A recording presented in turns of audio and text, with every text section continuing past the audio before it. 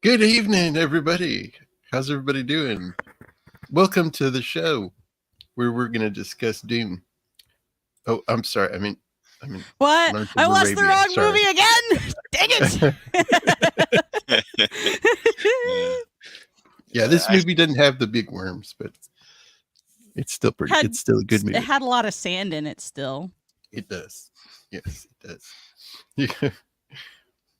How you doing, Shieldwall? I'm doing great. Thanks for having me on. This is a very good film. Just the story of Lawrence by itself, with no movie, is epic, and the things that he did in his life, and how it was tragically cut short. He died in a motorcycle accident in his 30s. So he did all of this stuff, and then died, relatively young. But separate from that, the movie is just a masterpiece of cinematography and set location, music. So it's got to be within the top 10 best movies of all time, I think, at least artistically. So, yeah, excited to be here. It's a great movie. Just to add to one more movie that you've done on the talk here, that's just awesome. Roman, but it did take place on the other side of the world, okay? Okay, yeah, there's no lions in this, but it's still near Africa, okay? Not in Africa, but near Africa. So there may be sand lions that hide in sand lions that hide in the sand dunes. You're never living that down. Yeah. It's a scary movie to me, even if it's not to anyone else. It was scary to me. Okay. How you doing, Mando? I'm doing all right. It's been snowing and icing, so for the past couple days, I have not been able to get out of my apartment, so I'm going a little stir crazy. But otherwise, doing okay. Got a lot of cleaning done. I should have been recording videos, but I cleaned my apartment instead. Oh, that's a positive move. Yeah, and at least you still have power. That's good. Yeah. There was a couple, like one or two nights where we're like, we need extra blankets because I don't know if the cold's gonna affect us or not. Yes. Yeah, we barely got anything. I mean, cold. That's all. Do you want some of ours? We got like 4 inches of snow. No, that's okay. That's okay. And it's -3 degrees right now. Yeah, but once the snow gets to a certain depth, it kind of insulates. Hey, it does. I like snow, but in Texas, if we get there's snow up north. Where's the ice? It's coming. Because ours is mostly ice. Is at a set temperature, right? But if the outside temperature is way less than that, and with wind chill, that's why igloos work, because it's always a set temperature of whatever the ice is. Well, the main thing is, like, where I live in Arkansas, like, it's not really used to a lot of snow, and so everyone's just like, oh my god, snow and ice! It's Granted, true, I'm Roman. from South Alabama, so if I see white things coming from the sky, I'm a little terrified. Roman's also afraid of the cold too, just like the Roman Empire couldn't defeat up north because of all the cold. Yeah, it's true. So, Lawrence of Arabia, Beard, how you doing? Everybody else kind of covered everything already, so I was gonna be completely okay if we wanted to jump into the movie. But yeah, doing pretty good. It's only slightly cold here compared to everywhere else, but my Texas blood is so thin. I took forever to get out of bed this morning because it was cold. My toes, they didn't want to move. But otherwise, this was unsurprisingly to anybody who knows me a first watch for this film. So it was a bit of a commitment to get through, but I think there was a lot there that we can break down. So let's get into it. Yeah. And look, awesome. Look, the man that I think he recommended me to do this movie 3 or 4 times before I. It was like every chat there was Yeah, like, it what are you was. It's doing? like, oh, Lawrence of Arabia, huh? And I was just like, I don't know. It's just such a big movie, but here we are. I've probably seen this movie 5 or 6 times all the way through in my life. Gord King said, "Have a good show" before his show started. Thanks, Thank buddy. See that pipe that he's got in his. The Melvin is here. What's up, Melvin? I think Teresa showed up for a minute. So, Hello. the Zax man. What's up, Zax and his shoulders? Yep. Is in the chat. Who else we got? Oh, Blair. What's up, Blair? What's up, Blair? And Boosh. Boosh is here. What up? He's masquerading as the name that shall not be named. Oh, I was about to say it, man. Dang Just it. don't So say it I'm not 3 allowed to times, say it. and you'll be fine. Yeah. There's the Roman. Beetlejuice. Spock. What up? Okay, let's get into this. Dig into this movie. Okay. So Movie starts out on a high note. So I want to get Beard's first thoughts of this movie since it's his first watch. Just here for the beginning or the film as a whole? Just your, Just kind of thoughts on the film as a whole. I mean, there's a lot there.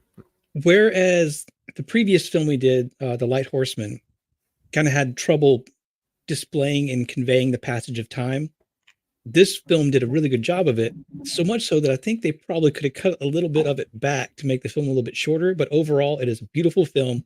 The music is fantastic, and I recognize the main theme, even though I've never seen this film, so I'm sure I've seen it somewhere, clips of it, maybe even back in the day when they used to use old movies and Muppet Babies. Maybe I saw it there. I have no idea. But it's a beautiful film, and I overall really enjoyed it. Cool. Yep, Spock has never seen this movie. Yeah, Spock, he crashed his motorcycle and died. So that's how he died. He survived the war and all this stuff that happened and all these great adventures. And yeah, but I mean, he was you got to figure back then motorcycles weren't a real thing for everybody. So he was a thrill seeker for sure. Yep, definitely. All of the things that he accomplished, and then he goes out like that. Yeah, a lot of times that's how it is, Well, I mean, to his credit, also, I think, matching his personality, he went out because he swerved to avoid hitting 2 young boys on bikes. So he went out technically trying to save a life. Right.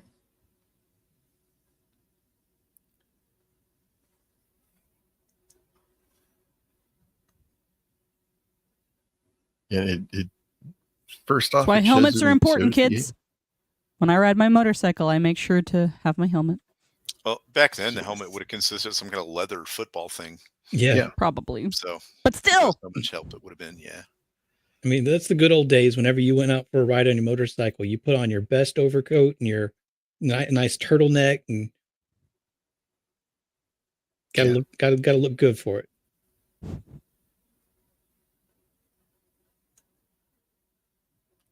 See, it's just jumping too much. What in the world? Don't get it.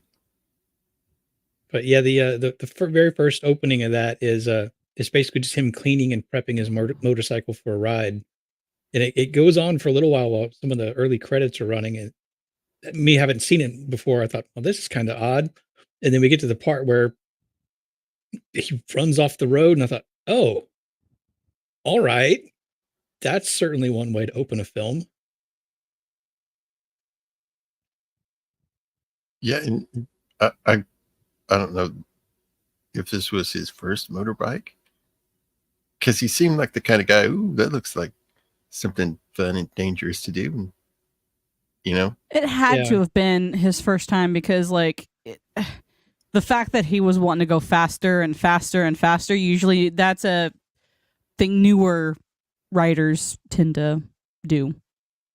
And that road looks rough for a motorcycle that doesn't have much in the way of suspension.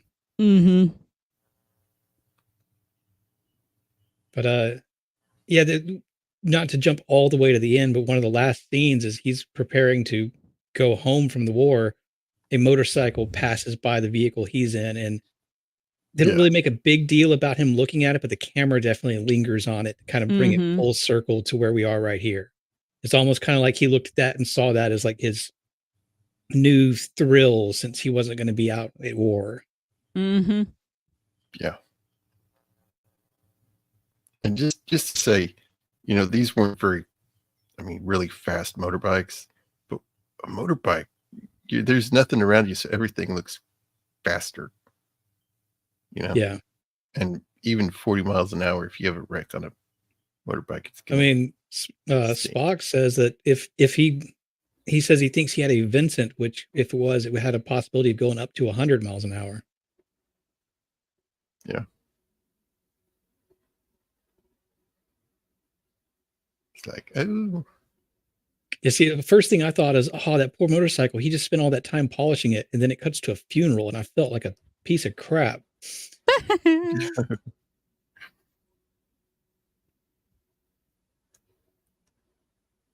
Give me a second, guys.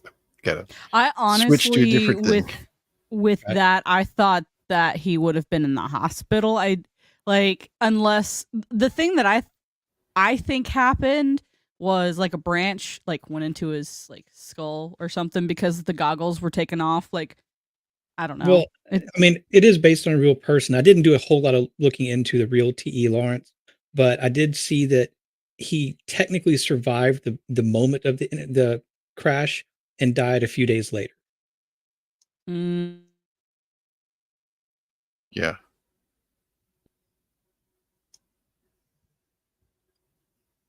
So one of the interesting things about him is that he got so popular because of what happened in the movie that he wanted to continue to serve, but it was hard for him to do that. He tried to join the RAF to work on aircraft, but they wouldn't. But he had to do it under an assumed name, and they caught him. So they told him no, and then he went and pulled some strings from people that he knew to get back in. But then he wound up getting kind of booted out again because of his fame. So then he joined the Tank Corps for a year, but he didn't like that. He wanted to work on airplanes. So he finally got in and got to work on airplanes until his enlistment was up in 1935. And then that's the same year he died. But he liked fast things, I think, and mechanical things. And that's how his mind worked. Oh, okay. Yeah, I'm looking at this. He served from 1914 to 1918, then again from 1923 to 1935. Right. I mean, that would have been well before the movie, but he definitely is with the press coverage would have been a face that everybody would have seen. He was insanely famous. So I mean, that's what we see from like after that funeral, everybody's talking and bragging about him. And it's like, how did you know him? It's like, oh, well, I shook his hand once. Yeah. And nobody really knew him, but everybody knew of him. They knew of the legend. Right. Exactly. He was, he wrote it because, he had a book out and all that kind of stuff. And it just his story, like to go do all those kinds of things. And to me, that encapsulates that late 18th century, early 19th century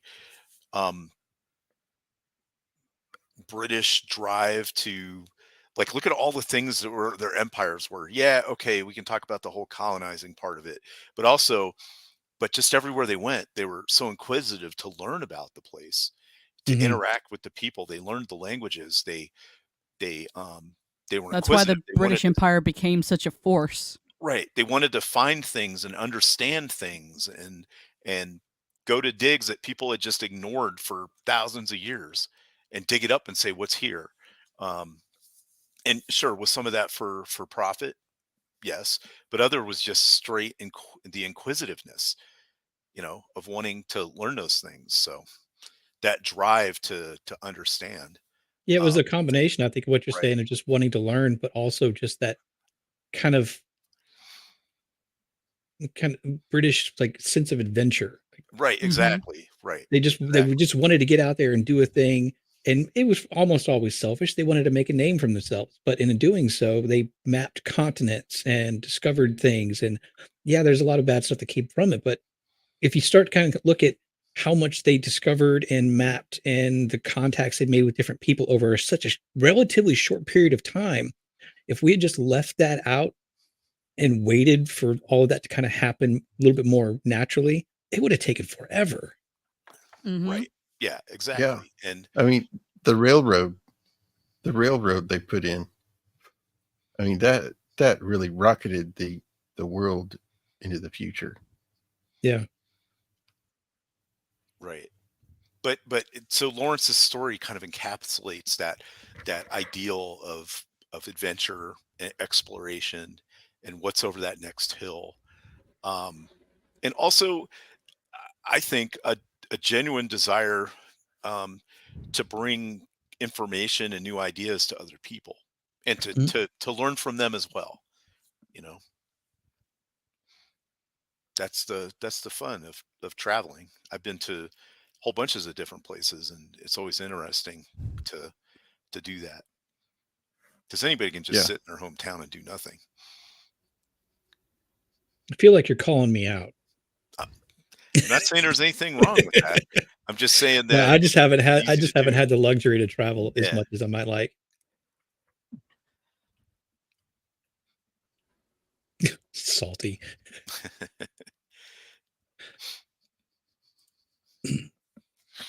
My I think I've probably mentioned this before. My mother actually spoke on the phone a couple of times with Omar Sharif in an old job she had. A couple of really high-end collector item magazines, and she's used to talking to people's assistants. She called him up to kind of discuss something, and he just answered the phone, and she's like blown away. He's just a really nice, affable sort of person. There he is. Hey, how's it going, Matt? Hope you're doing well. Hey, Matt. Yeah, no, I usually take my meds in the afternoon, like 12 or 1 Eastern, and then lay down around 3 or whatever for, sometimes I fall asleep for an hour, but they knocked me out, man. Wow. Well, that's perfectly okay. Right. That happens to all of us. Yeah. So yeah. Well, I'm glad you're here. Prescription drugs. I'm glad you can make it. This stream's not going to be. It wouldn't be the same without you. Yeah, this movie itself almost did me in. It's like, yeah. I was watching it, and like my player just kept like fighting me on it. So, like, this movie was so long, I was looking around for the cigarette girl, like in the old days. I was like, I need an intermission. Yeah, which is funny because I think there's actually a longer cut of this movie based on watching it and what I read, because like. I mean, I'm not to disrupt the flow, but I was like thinking about when I watched this, I'm like, there's clearly parts of this film where they just skip over certain events and you just have to assume that they occurred. Like, and because I kind of like, if you studied it, I mean, I'm not like a giant World War I history buff. We did talk about some of it, like with the whole movie last week, right? And so, and this isn't the most historically accurate movie, let's put it that way. But it like you see things happening, and like if you know the timing of the events that kind of occurred in the Middle East, you know what I mean? Because like I said, we saw something with the other movie, the Light Horseman, similar time going on in the Middle East, right? Actually, and to your point of fact, I want to say that the battles that were occurring there and the battles that were occurring here, I haven't studied enough, but they're sort of related. You know what I mean? Yeah, there's actually a little bit of a crossover. I kind of stumbled onto it. It's like what the regiment that the Light Horseman movie characters were based off. I think it's like the 10th Regiment, because it was mentioned they were in Gallipoli, similar to in the movie. And then eventually they were with the British forces that moved into Damascus at the end of this film. So there actually is a little bit of crossover here. Yeah, when we talk about there's a long line of those cities between the city at one end that was in the Light Horseman and the city at the other end, which is Gaza. Yeah. Yeah. And so somewhere in the middle is where this movie is occurring, Yeah. So, but, welcome to Melted Copper in the chat. Yes, welcome. Yeah. What Yeah, up? there's not a live link to watch along. We just kind of scrub through to avoid YouTube cutting Yeah. everything out. You can Just actually watch it for free on YouTube, though. That's what I did. Really? Yeah. Mhm. I don't want to say this is a public domain movie, but YouTube doesn't block it. So Yeah, I just watched it for free on YouTube. yeah. Claude Rains there. The Invisible Man. Yeah, Oh, Yeah. okay. it's interesting how some of the other movies we've already reviewed kind of you can see how actors and other people that did those films kind of tie into ones later on that we watch. Well, I don't know if Jacob planned it or not, but did the raccoons grab Jacob? Oh, he's down at the bottom now. He moved. I flipped. Yes. I was like, wait a minute, I moved. Where's Jacob? Yeah. But I don't know if he planned the movies to occur in the same exact time frame, but like I said, they kind of do. You know. Yes, sir. Claude, he's a politician getting involved in war, which always turns out well. Oh yeah. Oh, the ramifications of what they did after this war, as far as drawing lines in like for countries, like just creating new ones out of what was left of the Ottoman Empire, we're still dealing with those today because they didn't draw them Yup. across tribal lines or anything. They just, okay, the French are going to get this, we're going to get this, and these are the lines. Boom, here you go. Well, It's amazing to think about the things that happened during World War I mean, I there and was World some War II. We're still considerations feeling the effects of them. for certain things, but they, like Iraq, was just kind of made out of nowhere. The borders of it. Yeah, most of what we call the Middle East. Well, so at the end of this movie, they form the Arab Council or something like that, and at the end of this movie, it seems like it just dissipates, but that's not what actually happened. Okay, Right. After the World War One, the Arab Council under Prince Faisal kind of ruled along with the British and French for quite a while, but then the French basically deposed them. Okay, It's always the French. Yeah, well, the French. I hate. I'm actually about to say it's the French's fault because this is around the same time the French were screwing up Vietnam. Okay, so the French were the first ones to sort of empire build in the Middle East from Europe, and also in Asia with Vietnam. The French were screwing. They were beginning their hand to metal, and then the British came along somewhat later, a couple of years later, 10 years, somewhere around there. But between when the French deposed Prince Faisal and when the British also got involved, for example, the Muslim Brotherhood, who, if you've heard of anyone, they formed in Egypt in the late 1920s, basically to sort of form an Arab society, so to speak, to counter the influence, as it were, of the French and the British. And as the world led into World War II, the Muslim Brotherhood allied with Germany again, who were the people who we actually freed them from the Turco-Germans. You know, right? Yeah, it's very very complicated. Situation that, and it's the domino effect of what one decision that was made in the times of like Napoleon, all the way up when you're dealing with the Middle East. It's very interconnected and a little convoluted sometimes. But well, I mean, not just Napoleon. I mean, the Sunni-Shia civil war, which just again occurs in the background of all this with this tribal stuff. Like this is the Sunni area of the Middle East, right? But the borderline of the Sunni-Shia area is naturally around Jerusalem because of the religious significance, and that gets plopped into it's not mentioned here, but the ramifications of that are plopped in here. I don't want to say that they listened to Lawrence, who advised them with the Arab Council and all, that they might have not have had the problems in the Middle East they do, because he wasn't as big a player in that regard. But it's just like I said, there's a lot going on in this part of the world, and there still is a lot going on in this part of the world. And this movie kind of touches on some of it with the politics, and but doesn't mention other stuff.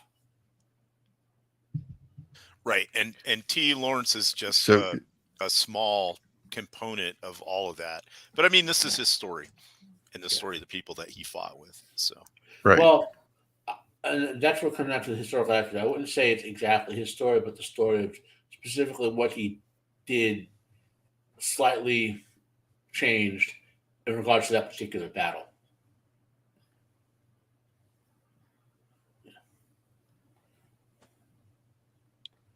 Yeah. All that to say, a lot of the things that happened in the past still affect us today in the present, Yes. and will continue to affect us still in the future. Yes. Yep. Those who do not know history, Read your are doomed history, to repeat people. it. So Yup. Lawrence in the movie doesn't seem like he's well liked because he's kind of insubordinate and Okay, takes so risks. there's the people who did this movie, And- right?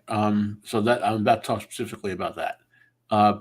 They're competing. If you read historians and biographers about who Lawrence was, who he really was, they're competing versions of his character, so to speak. Like who? Because he wrote his book, The Seven Pillars, or something or other, and that's his personal biography.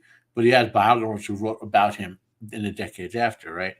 And the ones who did this, some of them say, well, he was a gay man, and some say he wasn't. And how some, there are some people like want to make people in history gay when they would not have been, type of thing. Some people suspect that the people who did this movie were trying to say, he was a gay man, and one of the reasons he wasn't liked was because he was gay. But in the '60s, they couldn't come out and say that. They could depict it directly that way. So they made him the effeminate way he is, and all the snide comments people make about him and all that. They sort of put it in there, trying to say, well, this is a gay man struggling to be gay, and in the old world or whatever.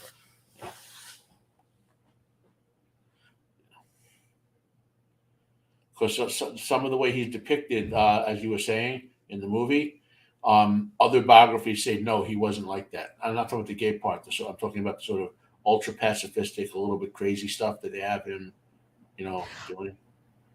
I mean, I wouldn't be surprised if he was maybe a little bit eccentric, or he didn't do things quite by the book, and that would get him labeled as odd or made fun of or whatnot, because like human nature has not changed. If you're a little off, then people are gonna make fun. But well-behaved people rarely make history. That's true. So if you're boring, you're not gonna make history. Yeah. Sorry. And this movie has beautiful cinematography for sure. Absolutely, look at that. I've been to Saudi Arabia. Now, it wasn't where I was at was flat, but it was very sandy like this. But yeah, this is just, it has like an open beautiness to it when there's no wind and like it's nighttime and the air is cool. Yeah, it's like no other place on earth to be in a desert like that. Like that, where it has nothing. There's no plants. It's just rocks and looks like the moon. This part Are you where sure he's like, we went to the moon? Just kidding. It's like just one cup of water, and he gets the thing out and pours him a cup of water and spills water everywhere. Then he pours, he says, "I'll just drink when you drink," and pours it back in, and just dumps water everywhere. It's like, speaking of the people, if you've ever read Dune, in part the Fremen are based on the particular Bedouin people that we're seeing in this movie. Yeah. Yes. Yep. I remember watching, what movie was it? It was an older movie. I think it was like Black Beauty or the second one or something, where they're in the desert with an Arabian horse. So it was the second Black Beauty. Black Stallion. Black Stallion. That's it. And then the Black Stallion too. Yeah, and then the kid is like, he's wasting all this water, and they were like, "You just used enough water for 4 men." Just like putting it over his head and stuff. Yeah. I've read the books. They're much better than the movies. Yeah, remember the first 6 or 7 Black Stallion books. I only read the first 2. Well, they're all in the school library when I was a kid, and that was a nice thing. Library, I love libraries, and I was like, "Hey, there's a whole shelf of those books." I had to read one for a book report. I liked it. Hey, there's like 27 more of them. It's like, yeah, look at that stars. Look at those stars. That Yeah. star night. It's so clear. There's no light pollution or very little out there. You know, you can actually see the Milky Way. and this is a part of the movie where I remember I mentioned it when I first came in from the coma. That I think there's actually a longer, not that they made it, but there would be there's theoretically a longer cut of this movie because they do kind of almost like they're a chapter. They skip from certain events to events without much in between. Mhm. And a lot of that traveling in the desert seems to have that. Which, by the way, remember how I complain all the time about modern movies being too long? If they made this movie like today, they would put all that stuff in, and we'd have like 2 hours of just Lawrence and this guy walking through the desert talking about and spilling water. Yeah. Right.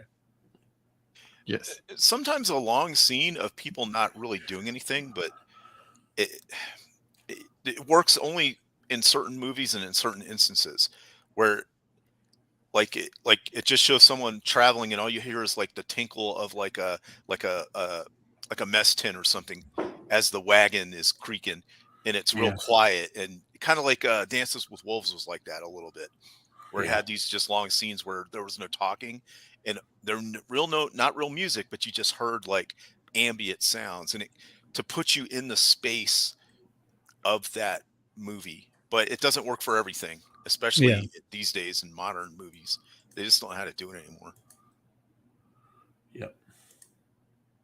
Yeah, this is they value weapons in this culture. It's like a status symbol. Right. Well, because that was Especially your main knives. means of defending yourself and how to survive. What good is other stuff out here in the desert, really? You know, Water. Yeah, water, food, an animal to ride, Yeah. those kinds of things. But all that can be taken away from you by somebody with a weapon if you don't have one, because there's no cops out here or anything. There's nobody to call. You know.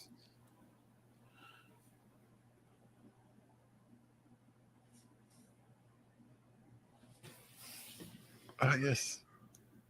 And the Nosferatu appears.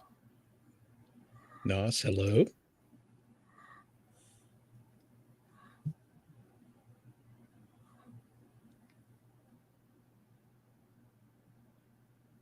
And they do a really good job to show how vast the desert is too. Yes. Yeah, they really make you feel isolated. Yeah. Yeah, I love this. This guy's like, look, there's a Bedouins down there. And he looks, he's like, I don't see any Bedouins. And he has to get the binoculars out to even see. It's because the they ride specks in of single them. file to hide their numbers. Yeah. You can't tell me that George Lucas didn't watch this movie when he came out with that. Yeah. Oh, you know he saw this several times. Yeah.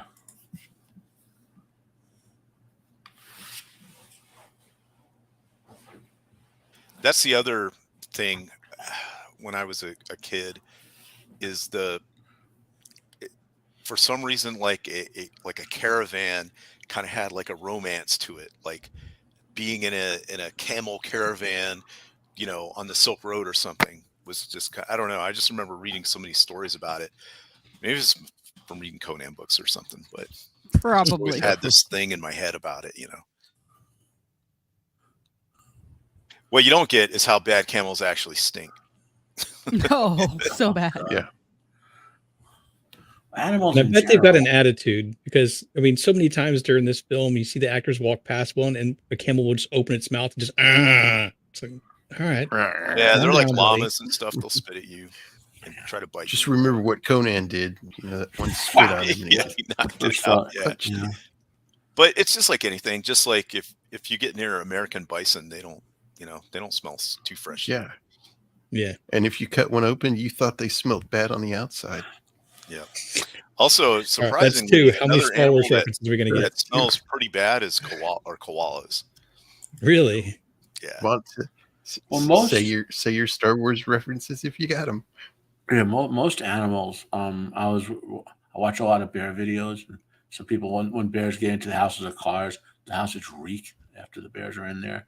You know, Yeah. most nature don't smell too good. No.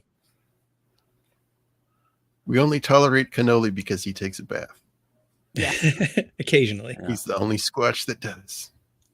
Oh, this scene right here. Yeah. Yeah. Like, Man, I know that areas like this have to exist in order for people to survive in this sort of area, but just that isolation of a well in the middle of nowhere that somebody had to dig and just discover water and say, all right, this is my well, even though I live way over the other way. Yeah. Well, they're traveling people, so they would travel so they don't completely kill the wells as the water goes down. Oh, good point. They'll travel to the next place, and they would dig for a well there because of the plants growing out of the ground. It's a sign of there's water. Oh, in the okay. ground. Yeah. right. Exactly. Yeah. And you would plan your travel from water to And water. two, they would actually cover. They would keep them covered too. Yeah, so they wouldn't evaporate. Yep. And so, they'll get So you soil. don't lose it, or you don't lose the Yeah.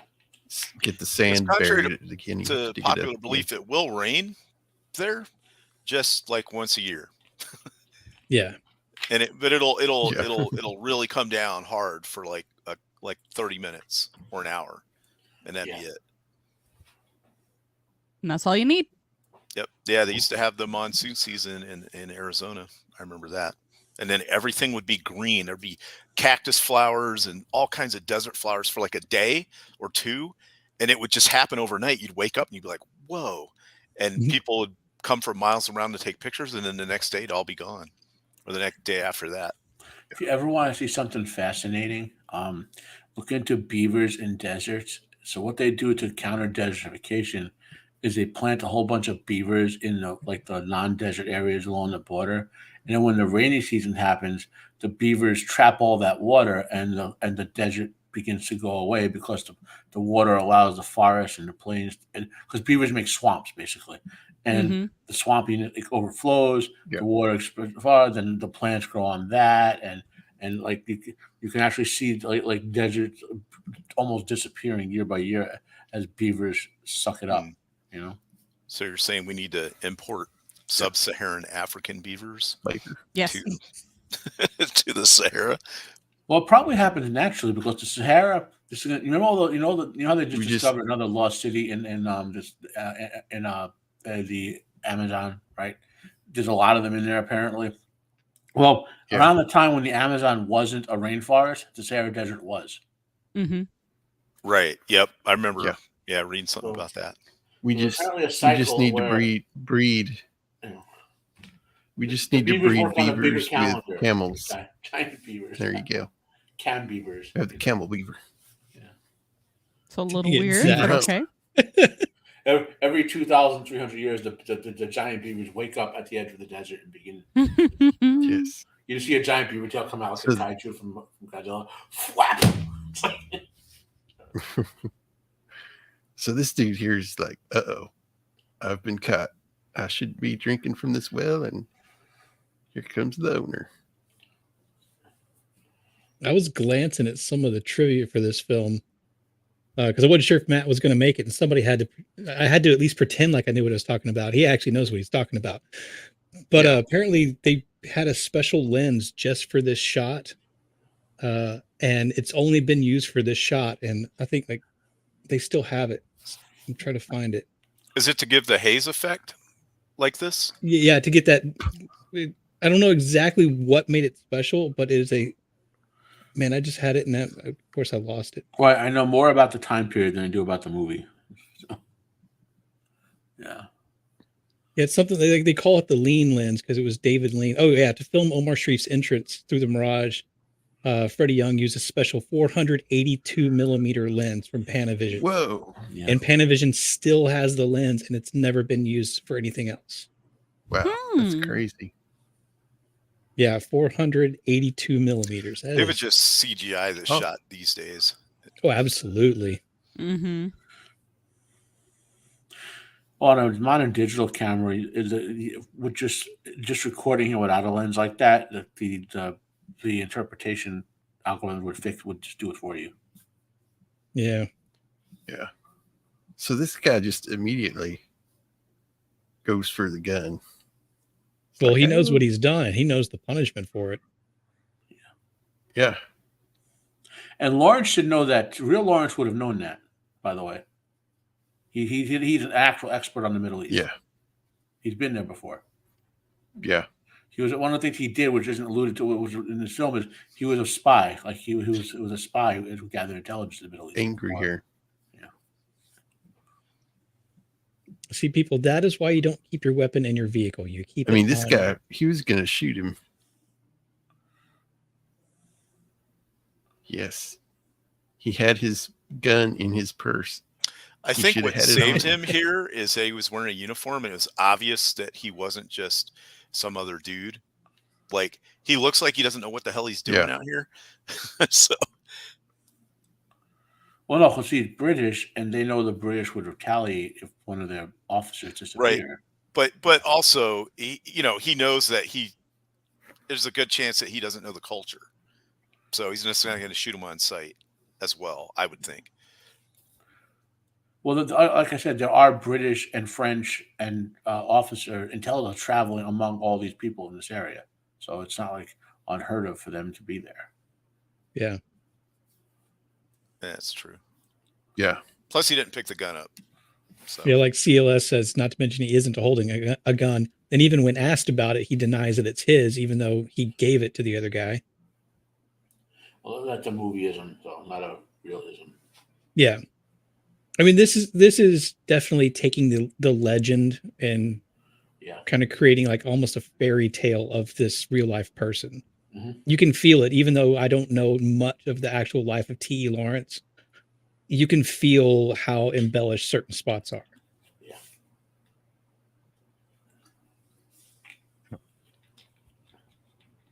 Well, like this, here's interesting another Dune tie-in for you, by the way. So the interesting things we see him do in this film, when this guy says, well, they think of him as a religious prophet because of all the things he does is crazy and he succeeds, right? The character of Liet Kynes in Dune, that's how they came to see him as a prophet. He was sent there by the emperor to survey the planet. He was emperor's ecologist, and he kept going among the Fremen, doing all this sort of crazy stuff and surviving. And they started believing in his cause of making Arrakis green. And it was kind of the same effect, So,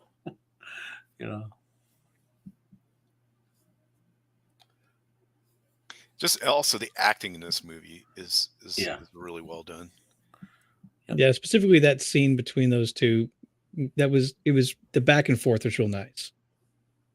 It's clever. I can't remember if this is the scene where he's asked, "Are you not afraid, Englishman?" And he says something like, "My fear is my own worry," or something like that. It's like he's something like that, holding this kind of like I don't really know how to describe it. He's acting bigger than he is, but he's obviously way out of his depth. Well, again, that goes back to the culture of this region. Is strength is admired. Stoicism, those kinds of things. Hey, what's up, Copa? Hey, what's up, Copa? Hey, Copa.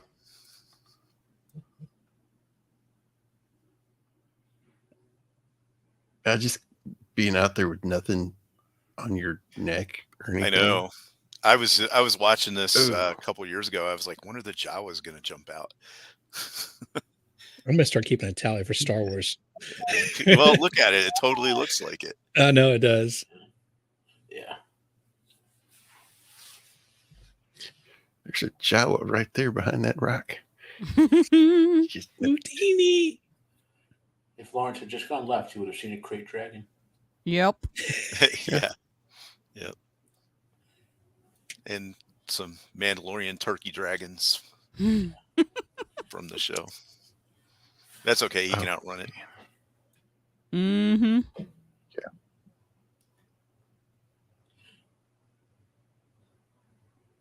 Oh, this is great.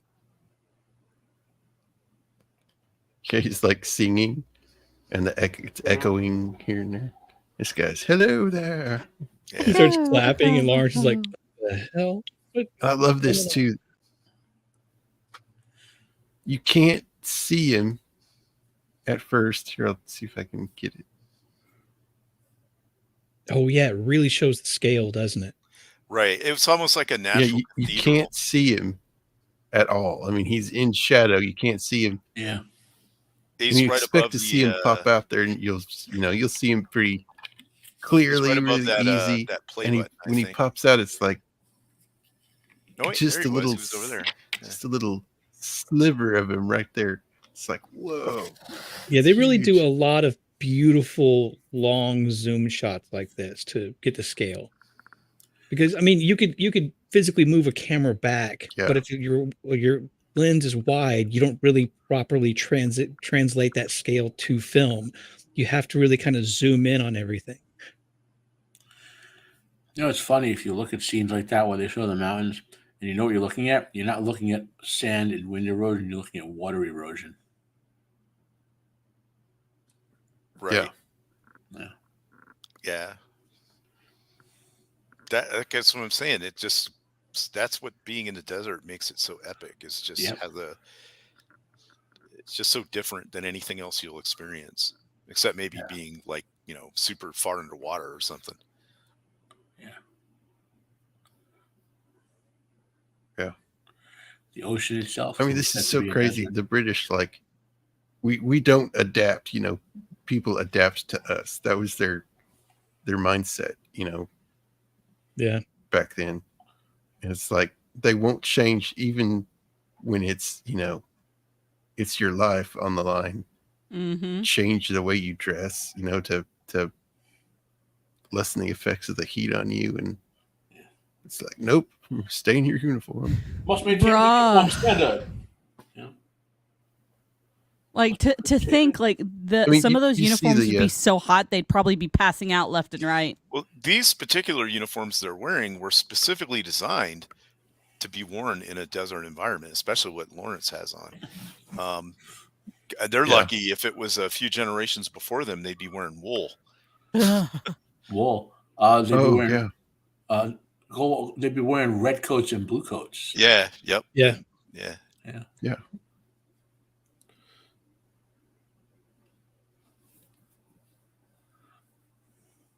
And these airplanes too. Oh, that's another good shot showing the scale. Yeah, and we talked about this in the Light Horseman.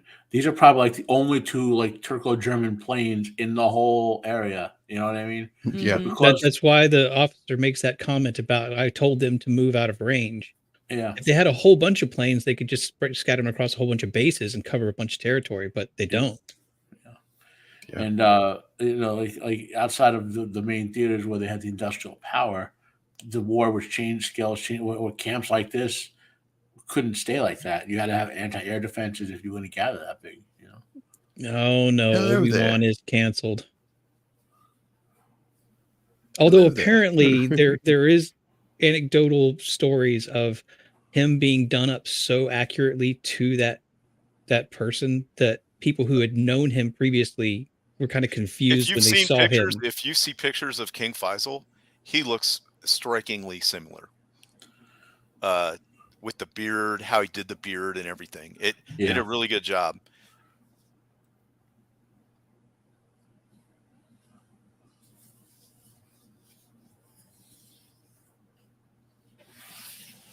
Yeah, and they're so not used to machinery or airplanes, and they just scatter, Well, you got to remember that in the sky, and it's like even for your average American or whoever European, airplanes were not a normal sight.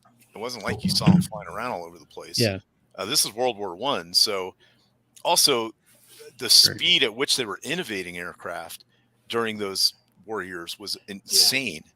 Well, like in the beginning of World War. Sorry, go ahead.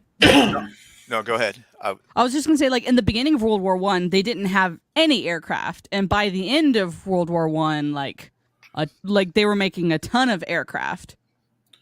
Right. Oh, yeah. Exactly. And the way that they were armed, and you know, the first air-to-air combat was two guys shooting pistols at each other. Yeah. Oh, the good old days. Yeah, because they were used primarily for reconnaissance at that time. And then they started doing stuff. Well, maybe if I take some bombs up, I can drop some, on the people. And next thing you know, they've got like flechette dart bomb planes and giant Zeppelin bombers. And it just, the amount that science and technology advanced in those war years, I want to say, is the most technological advancement humanity has ever seen in such a short amount of time. Well, this is the time period of the Red Baron in World War I, too. Yep, exactly. Yeah. Oh, this poor camel. Also, like they decided to like put a machine gun towards the end of World War I to try and get it in line with the propeller. Like, and that they were working on all of that engineering and math and like timing and stuff. So yeah, it had the timing gear so that the gun would. It's called an interrupter gear, so it wouldn't shoot through the blades. Prior to that, they put armor plating on the back of the blade, and it would just bounce the bullet off. But sometimes it'd come back and hit the engine. So. Maybe not the best, but it certainly fuels invention. Yeah. You can war for thousands of years, war has fueled more human invention than just about anything. Yeah, I would say war and religion have driven the human race to more heights of achievement than anything. And I don't mean that, obviously with war that can be a bad thing, but look at why would people have built cathedrals? Look at like Notre Dame or something. You just wouldn't build that for the heck of it. Yeah. It's because religion has driven you to do it. Or invent rockets and airplanes and all these other things. Or to take something that's simply invented and turn it into something much more complex. Also, look how great he looks there.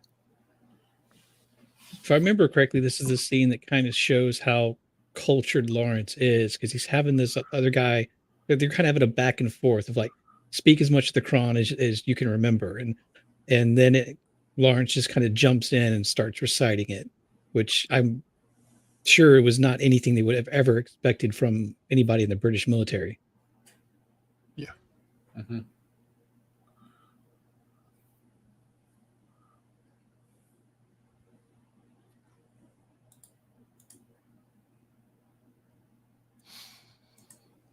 The whole tent thing was also interested me when I was a kid.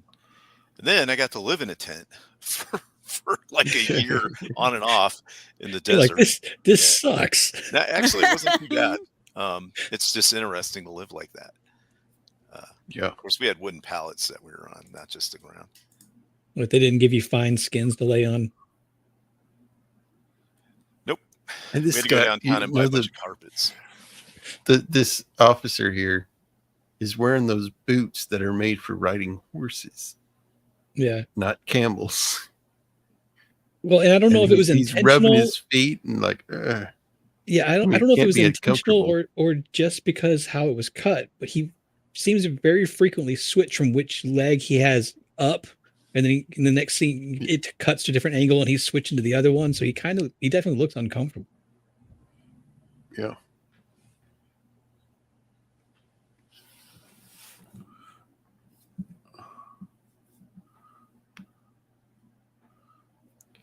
Yeah, this is interesting. He's like, well, we need that city that they take over. It's like they can't attack it because of the guns, but their back is to the ocean. It's to the sea of sand. You know? Oh, yeah. What I mean? Yeah, all the guns are facing the ocean because that would be the most logical way to assault it. And a regular modern army would not be able to feasibly travel through the desert to get around them. To get around the defenses, which is why they need them, who are the desert warriors like Aladdin, to do what they need to do. Desert power, if I might say. Yes. Now all I need is for one of these guys to say, who can control a thing, can destroy a thing, can control a thing. Yeah. I mean, fear is the mind killer. No, I'm sorry. I've read since I read Doom before I ever heard of this film. Everything I'm thinking, I just can't help it. You know what I mean? Like looking for sandworms, desert power, Jawas and sand people and banthas. Yeah, and Boba Fett Sarlacc. riding on a thing with shiny white teeth. But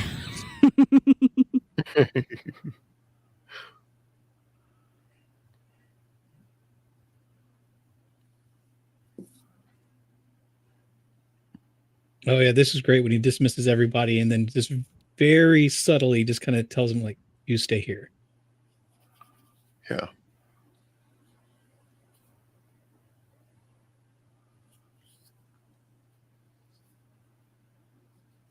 I was once a Jedi Knight. No. Yeah, exactly. I can't help it. He's looking at him and he's like, "Use the Force for it." This is going to be a long checklist.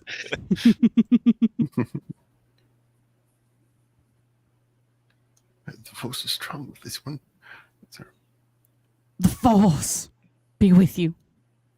Also, I think what might have intrigued them about him as well is that he had eyes that were blue like the sea. Like don't underestimate those kinds of physical differences between certain cultures. Yeah.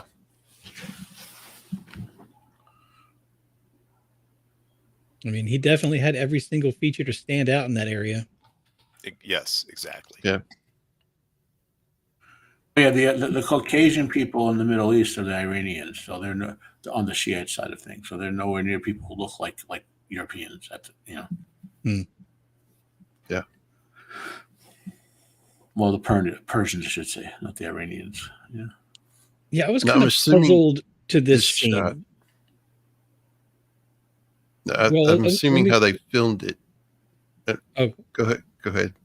No, I was going to see what you assumed. Just go ahead, because I've got questions about this entire sequence. They filmed it during the day and just had a filter on it to make it look like I think almost every night shot is a day to night edit. Yeah. But I mean, in that area with no other lights around, if you've got a moon out, your eyes would adjust to see fairly well. You don't even understand how bright it is in a desert on a full moon. Like, you can literally read stuff. It's that bright. I believe it. I mean, because you never see them ever light a torch up. Well, that's the other thing. A light like that could be seen from like 50 miles away if you're in the right spot. Good point. But yeah, just in general, I was kind of confused by this whole sequence because it didn't seem like a ton of responsibility was laid on his shoulders during that discussion. And then he just kind of like drifts off into the desert and has a nice little wander. Well, this is the fictionalization of events, so to speak. Yeah. Right. Like there's debate over how much of even his own account is fictionalized, which, again, I want to sidetrack from the movie because the movie is the movie, regardless of what the truth of certain events. Actually, the funny thing, we're not there yet, but the historians agree the most accurate depiction of anything in the movie is what the retaliatory massacre of the Turkish soldiers later in the film. Yeah. So he's like, we're going to go. I just need 50 men to go to the backside of whatever this city was. I forget the name of it. Aqaba, that's right. He's like, you're crazy. Nobody can do that. I will. Yeah, because it's the Nefud Desert. It's multiple day crossing with no water. You basically have to get to the other side or you're going to die. Right.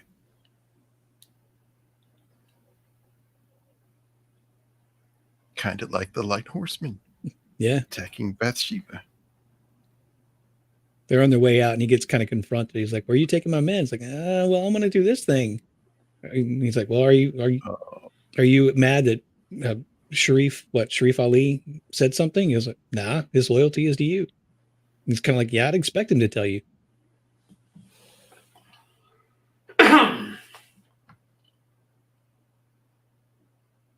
And we made comments in the previous movie, The Light Horseman, about the number of horses on set and having people to wrangle them. And then you've got the extras on hand when those get too tired and you have to keep shooting.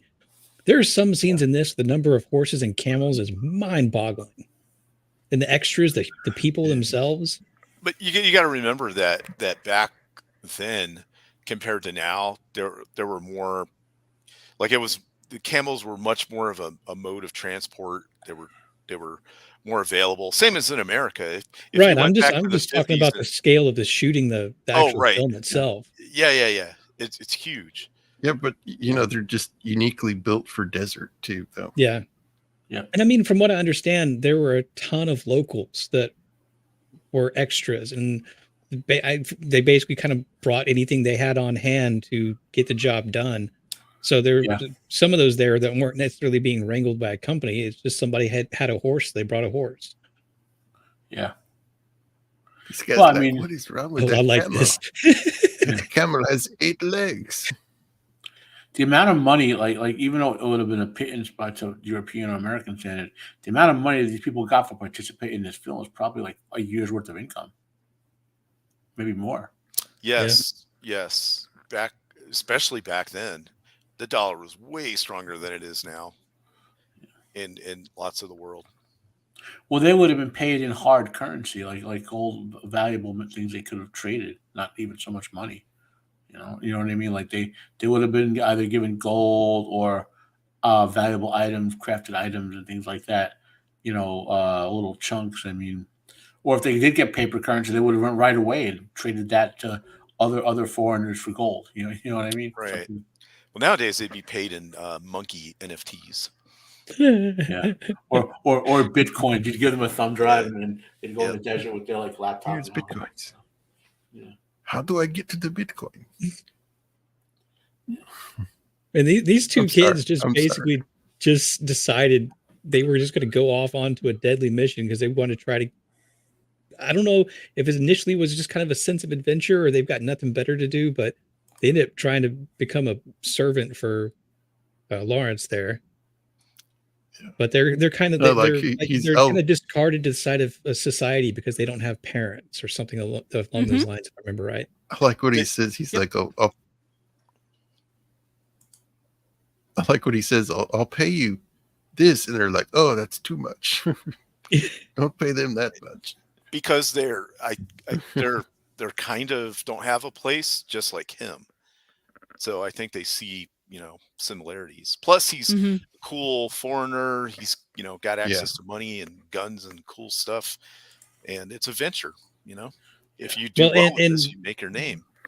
The first time we see them kind of interact with him is after they were trying to get something from the other British soldier, and he kind of dismissed them, and they went to Lawrence, and he wasn't quite as dismissive. He almost treated them more like actual humans. He didn't give them what they wanted, but he wasn't rude about it. So maybe they kind of saw something in him there. Yeah. Well, if you've ever been to a foreign country, you'll meet a lot of kids that want to talk to you. You are the new toy. So one of the things the movie doesn't mention is so prior to him going on this particular sequence of events that led to all this, since he was a British intelligence officer traveling among people, he'd already been gaining something of a reputation, right? Okay. Someone who supports the Arabs, someone who interacts with them, someone who has like a dreamer who has and succeeds at stuff. So the movie, it just sort of like happens with this trip, so to speak, through the desert. But there's been a build up to these events that he has a bit of a reputation, Right. And by the way, you can see dust devils like that all over the Southwest of America. Yeah. Yeah, he gets a smack because he starts to drift off. Yeah. He's wasting water to shave. He's still holding on to his Sassy proper British image. Yeah. See the whole part about him drifting and them being upset at him, I didn't quite understand. Like, were they just mad because he was drifting off, or were they mad because he was falling asleep? Well, if you fall off your camel and nobody sees it, you're dead. Oh, okay, you're okay. dead. Yeah, I there's a because part in I was a this little movie confused. where this happens to somebody, and he goes Mhm. and gets them. Yep. Yeah, because if that happens, obviously, he dies or whatever, and you would think, why would they care? But they're on this mission because of him. So I think that's Mhm. probably why he was getting whipped into shape. It's like he can't be weak. He's the one leading this, basically. Yeah. Poor camels don't get any shade. They're just chilling. Getting They their give it though. camel tan on. Let me tell you.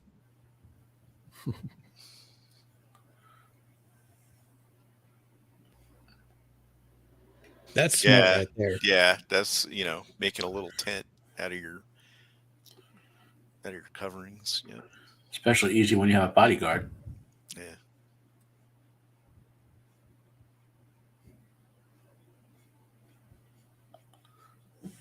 Are we there yet? No. Oh, and you got to walk across all these rocks and stuff. I think that's volcanic rock, actually. Yeah, I think so. Or balsalt or something. Basalt or yeah. obsidian. Yeah, look at that. Look at that giant. If you are driving from West Texas into Arizona and you go through New Mexico up by I-40, there's an area that's filled with lava stuff just like this. It's by this place called Broken Arrow and Two Guns. Or Two Arrows and Two Guns, yeah. Looks just like that, except there's roads going through.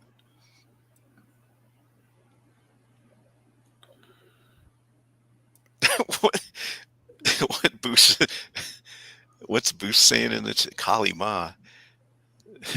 Oh my That's God. a different movie. I'm not starting a tally for that too. Yeah,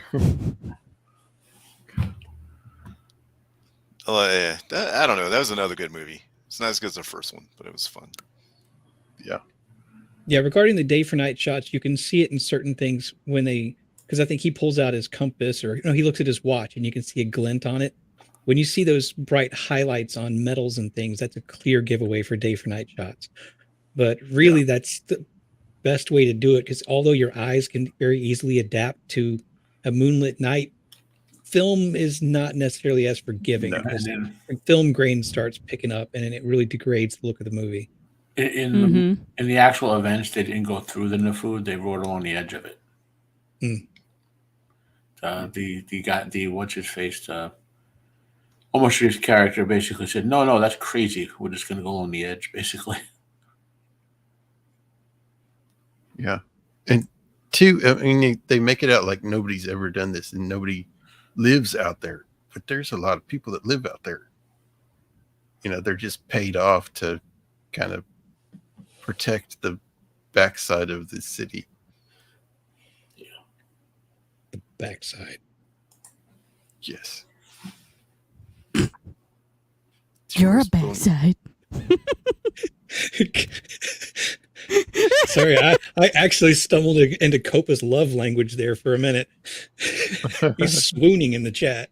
Wow. Okay. But even though this is a day to night shot, it still looks so good. I mean, look how good this looks. Yes, look at the grain. I mean, this movie totally holds up to today. Absolutely does. Absolutely does. Yeah, it does. And the number of times that they just let the sky be a character, because you've got the landscape, which obviously kind of becomes a character itself, but they also let the sky be a character and really feed into the silhouettes in so many different shots. Could you imagine if they tried to make this movie today? They turned Lawrence into like a bi woman of a non-binary woman, and all it's Jennifer Lawrence. Okay. Blue hair. Lawrence would have blue That's hair. Right, Jennifer Lawrence of Arabia. Let's go. Well, it'd be a short movie. Yep. Lawrence will be wearing like a Queers for Palestine shirt while he's riding through the desert or something. So basically, all that's here is that dude. One of the dudes fell off his camel in the middle of the night, and everybody else left him for dead. Lawrence did the crazy thing because they're up. It's like kind of like with the Light Horsemen, they're up to the last minute of their animals needing water or they're going to start dying. Yeah. And he goes back to get this guy, and not only does he go back, but one of the guys that wants to be his servant stays to wait for him. Mm-hmm. And I don't know if these two are actually brothers, but they act like brothers. So either they are, or in my mind, they grew up as like kind of orphans on the street together. Yeah, kind of the sad thing about this is when he went back in there, he already, his camel lived. I thought his camel was going to die. Yeah. I guess those things are way tougher. Oh, camels are very, very hardy creatures. Yeah. I think they said at the beginning, right before they started crossing the desert, I think Ali said something along the lines of like the camels can go for 6 days without water, and in 6 days they start dying or something like that. It's more than that, though.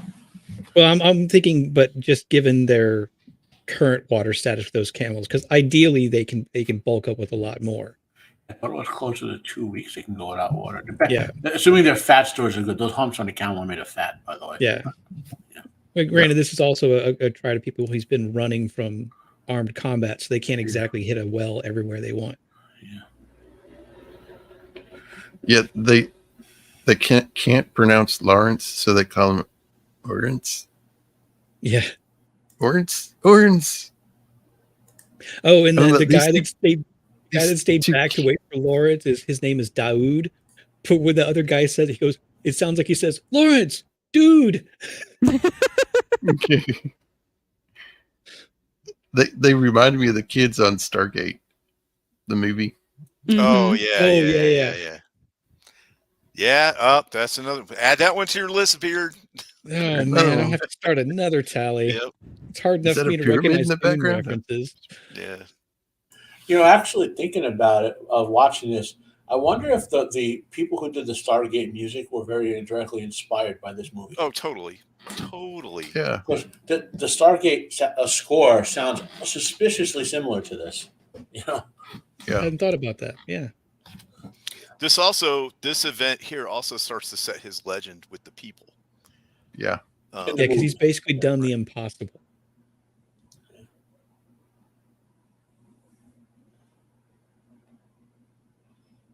Yeah, they take him over. Isn't that Sharif Ali's bed that he was laying on just earlier, and he gives it up to? Yeah.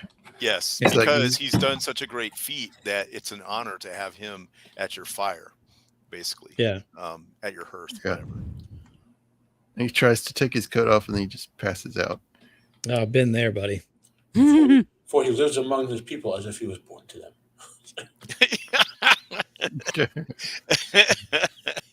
As if you were born to your ways. Yeah, exactly. Lawrence is the Kwisatz Haderach. Yeah.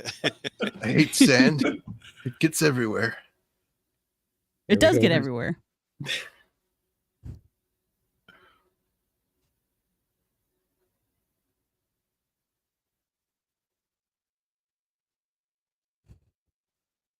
He's like, And I think kind of to piggyback us off of something that Matt said much earlier on is something about writing the character in the movie Lawrence as kind of effeminate and possibly homosexual. And I did stumble across a line where the writer or director said something that the relationship between Lawrence and Ali there was intentionally written to be kind of underlying suggestively homosexual. And honestly, if I didn't know that, I wouldn't have picked up on it. Yeah. I guess I just have a really great gaydar because like I got some of those like just subtle hints throughout the movie. I was like, I think that By the way, It's a red coat. Sorry. there is no real world evidence to suggest that Lawrence was gay. right, but I'm just talking about like in the movie. I'm like, Yeah. No, you're onto it right, Mando. This is how they would. I mean, they deliberately did that to make it seem to say, "Oh, this guy is gay." Take- That's why the British didn't like him. take the relationship between Sam and Frodo in Lord of the Rings. When that was written, it was written in this time period that this movie was. The Well, yeah, because lot of things have changed, Tolkien was a World know? War One veteran and stuff, so he was writing The Hobbit and Lord of the Rings stuff during World War One. What we think is a little odd is I mean, Yeah. it was friendship. I mean, you can have friendship with a person of the same sex that Yeah. tight and not be. You I can know, if have you wanna that see- sibling Come on. relationship. If you want to see things that look suspect, just go to any football locker room. This is true. This is true. Yeah, but like Matt said, there was no evidence of actually T.E. Lawrence being that way. What I also saw, basically the only inspiration for the character to be written that way is during scouting, one of the Arab locals was like eyeballing the crew, kind of like, you look kind of nice. So he just took that and was like, oh, okay, I'm going to write this into my story. The thing is, though, in that culture, that is like that. I know. Like you get thrown off a cliff for that. Like that's. Yeah. People get yeeted off the tops of buildings for that. So I like, didn't want to draw too much attention into that, but it was kind of interesting because there are certain moments, like you said, like especially like at the end when you see Ali crying over something, where you can kind of pick up on that. But overall, it just, if that was their intention, it's subtle enough that it doesn't stand out and kind of ruin the film. It doesn't get preachy. It's just kind of like, okay, whatever. Mhm. Which is, that's a subtlety, I guess, that is missing in a lot of things. Is he? I can't remember. Is this actor Greek or Anthony Quinn?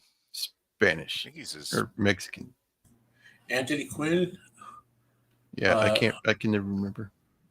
He was born in Chihuahua, Mexico. Yeah, he's a Mexican American. Yeah, wow. Wrong brown person, you racists. No, that's okay. We got that's- Obi-Wan Kenobi being brown too. Manuel Antonio Rodolfo Quinn Oaxaca was born April 12th, 1915 in Chihuahua, Mexico during the Mexican Revolution. Yep. He's Irish Mexican. Yeah.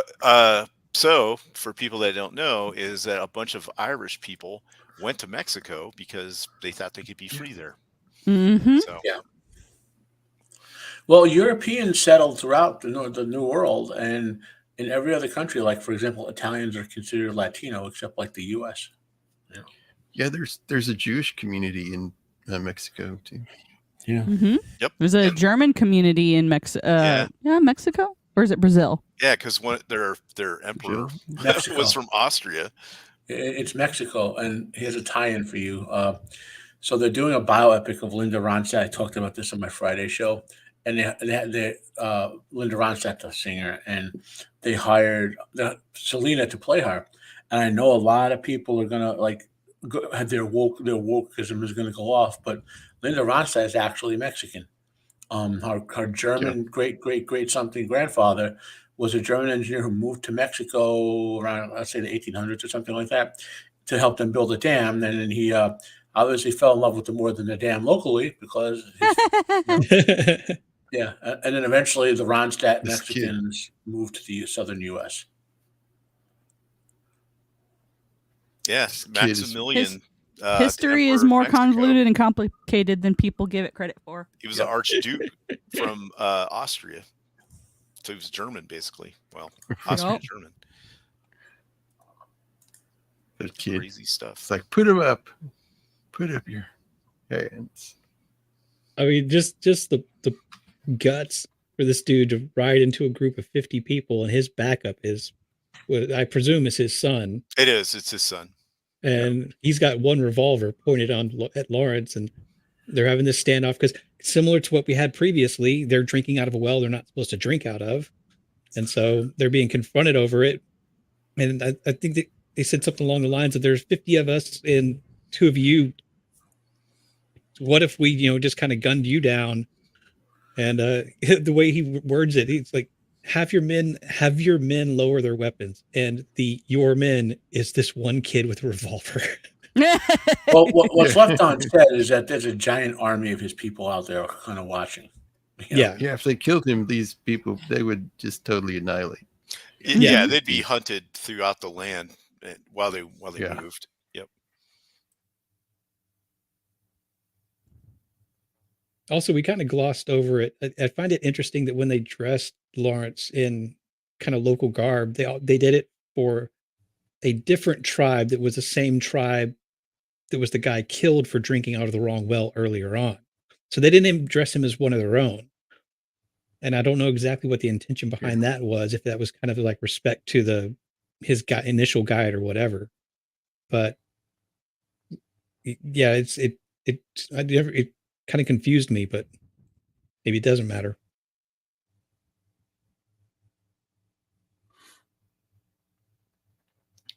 No, I wish we would have seen Omar Sharif in Star Wars. Just saying. Yeah. Lando. There you go. That would have been weird. Lando? Interesting. Would have been a very different Lando. Mm-hmm. Yeah, it would have. I mean, he was pretty good in you can see 13th how Warrior, I thought. Yeah. And he was in Helldago too, right? Yeah, I think so. Yeah, he was good in that. You can see how big his group is. So there are a bunch of them. Yeah, he invites him over and he's like, it's not a really good place. It's whatever. Oh, some people say it's pretty great, but sure, you can come on over, hang out. Chill. Come over and chill. Yeah.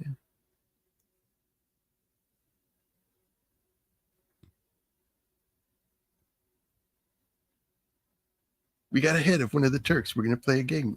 Come on. It'll be fun.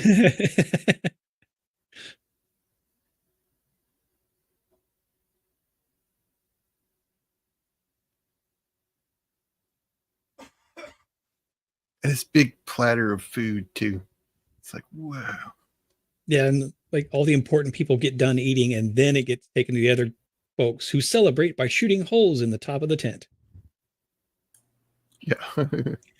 As was the style at the time. Oh, isn't this movie also like one of the problems with it modern day is there are no women with lines in it whatsoever, or any prominent characters that are women? Probably. They sing. Is that why I liked they this see movie? the men off later on, but yeah.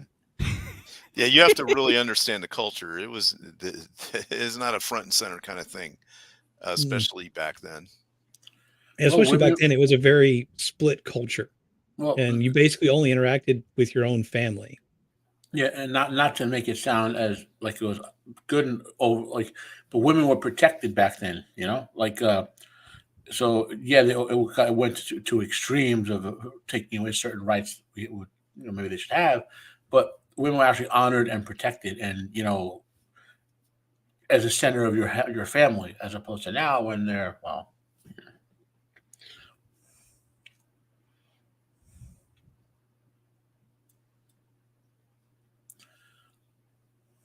his nose is a different shade. Yeah, the makeup on the interior shots for some of these folks, you can tell. Yeah, I think the best one is still what's his name? Obi-Wan dude. Oh, Alec Guinness. Oh, Alec Guinness. Yeah, playing as Faisal. Yeah. Well, I also think they went through a lot of trouble to make sure that he looked good. Yeah.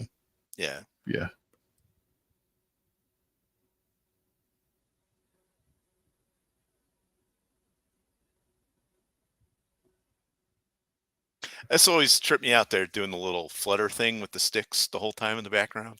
Yeah, that caught my attention too. Yeah. Is that like their version of bouncing your leg at the table? Yeah. They just have their sticks at the ready in case somebody needs a good whack. Bam. I mean, who doesn't? I'm reminded that scene in The Quiet Man when he's taking her dragging her back to town. The old one comes up with a stick. Here's a stick, a good stick for hitting your wife with, sir. And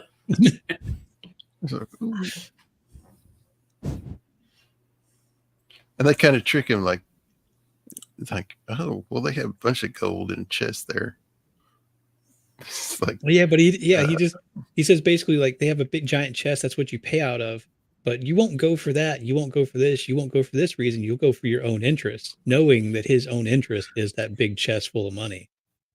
Yeah, exactly. Knowing how to talk to people's what they want, making the art of the deal. Right.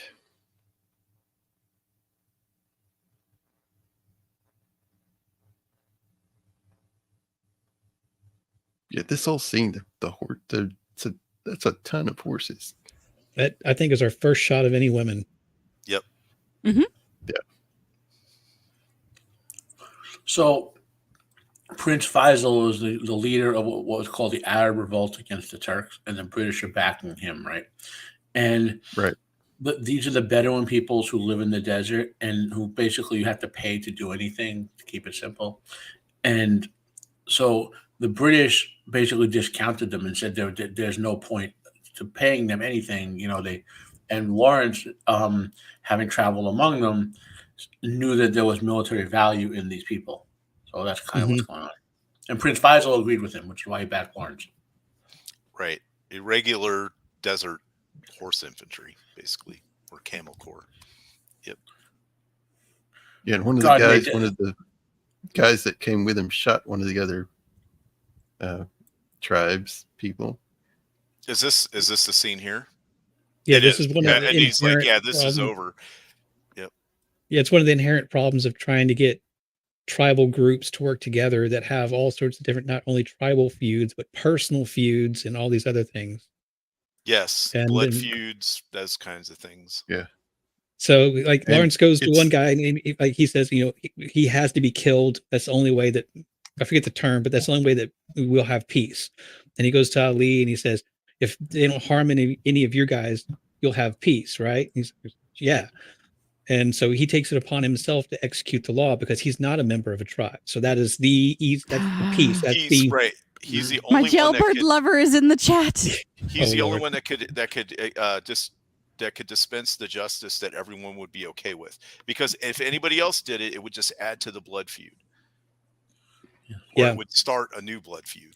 Not to bring in a different reference, but he's basically the cheat to the Kobayashi Maru. Star Trek.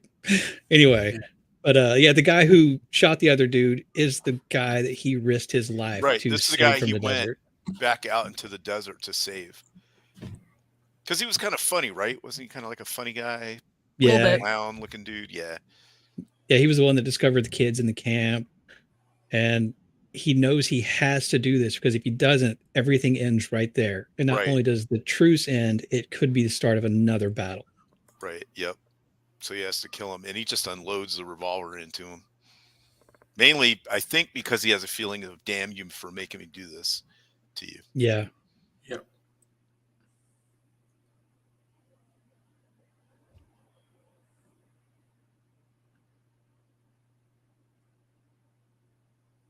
Yeah, like this, he throws the gun away and like. Then they just swarm to it. Yeah.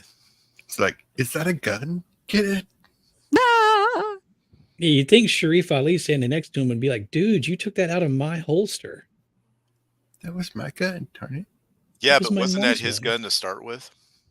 I guess it might have been. Yeah. Yeah. And so here's the thing that this demonstrates is that the Turkish army was a modern army that had German-backed training. With Turkey is part of Europe. Yeah. Yeah. Right. With good weapons and supplies. It's just even led by German officers and stuff. Yeah. Because if you look at how their performance at Gallipoli, it was outstanding. Yeah. Outstandingly good. And but they're just overwhelmed here. And so, like the movie, this is one of the few writing flaws of the movie. It could be because of missing parts that they would explain this. Prince Faisal and Lawrence planned this whole campaign out. Lawrence, in the real world, got this role of being what he did. He had the background for it, obviously, with the intelligence gathering and archaeology and all that. Because the officer who was supposed to do that job couldn't get there, so they appointed him temporarily. He bonded with Prince Faisal and came with this great plan to sort of rally these Bedouins and all that sort of stuff, and plus the entire sort of Arab revolt. And then they were going to ship Lawrence out when the other guy became available, But then Prince Faisal like, no, I want you see. Actually, we see this in the scene that Prince Faisal wants Lawrence. We do see that one scene.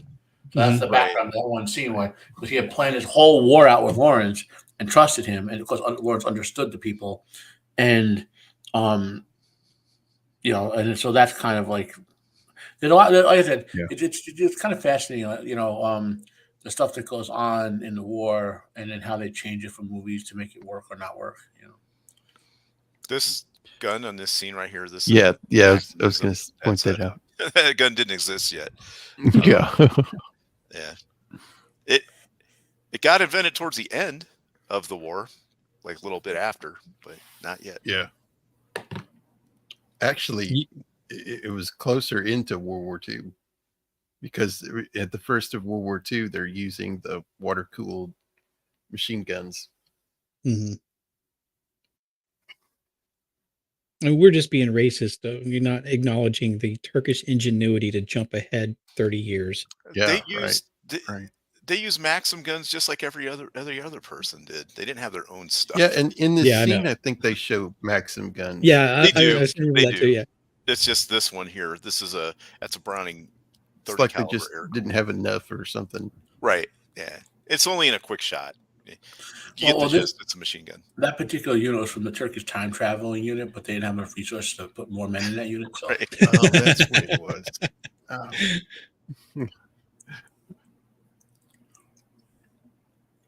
And they pretty easily just take this town over. That's because all of the defenses were facing the ocean, and they didn't have any idea that they were going to go. If you look at history, you look at so many battles where that kind of stuff happens, where there's supposedly an impassable obstacle that an army manages to get around, and then you're attacked from it. There's well, I can't list 10 off the top of my head, but I know of at least 3. The Japanese, the Maginot Line in France. What's that? The Maginot Line. The Japanese coming down Malaysia to get to Singapore from behind. And there was a battle in feudal Japan where there was a hill that they thought they couldn't take cavalry down because it was too steep. Well, they did it, and they were able to take the back of a city that way. Well, this is why Faisal and Lawrence had the plan that they did. No one, including the Turks, thought the Bedouins would ever get involved in the war. Right. And they knew that if they don't get involved, that no modern army could make it through the desert like that. Just wouldn't be able to do it. To kind of throw back to the previous movie, The Light Horseman, I was a little bit worried we were going to see Lawrence galloping by on a camel with his bait and tackle hanging out. I braced myself for a naked camel riding beach scene. And if that sounds weird to anybody watching, you need to go watch the previous Light Horseman thing. We'll explain it a little bit better. I thought you were talking about actual fishing gear. Weird. When I turn my camera off, I'm actually eating. Now this is a cinematography. This is when you said that. Better. I was like, I nearly killed Matt. Now this is a much better cinematography beach shot than Light Horseman. So. I mean, just look at that. I know, that's what I'm saying. Look how beautiful this looks. Well, the Light Horseman made up for all that manliness they put on screen. Yeah.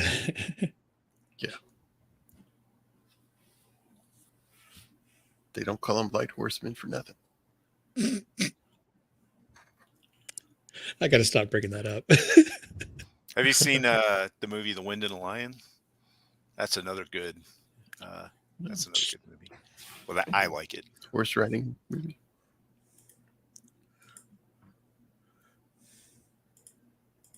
Yeah, they're tearing the city apart like, for money. They're tearing the city apart, and this where's it?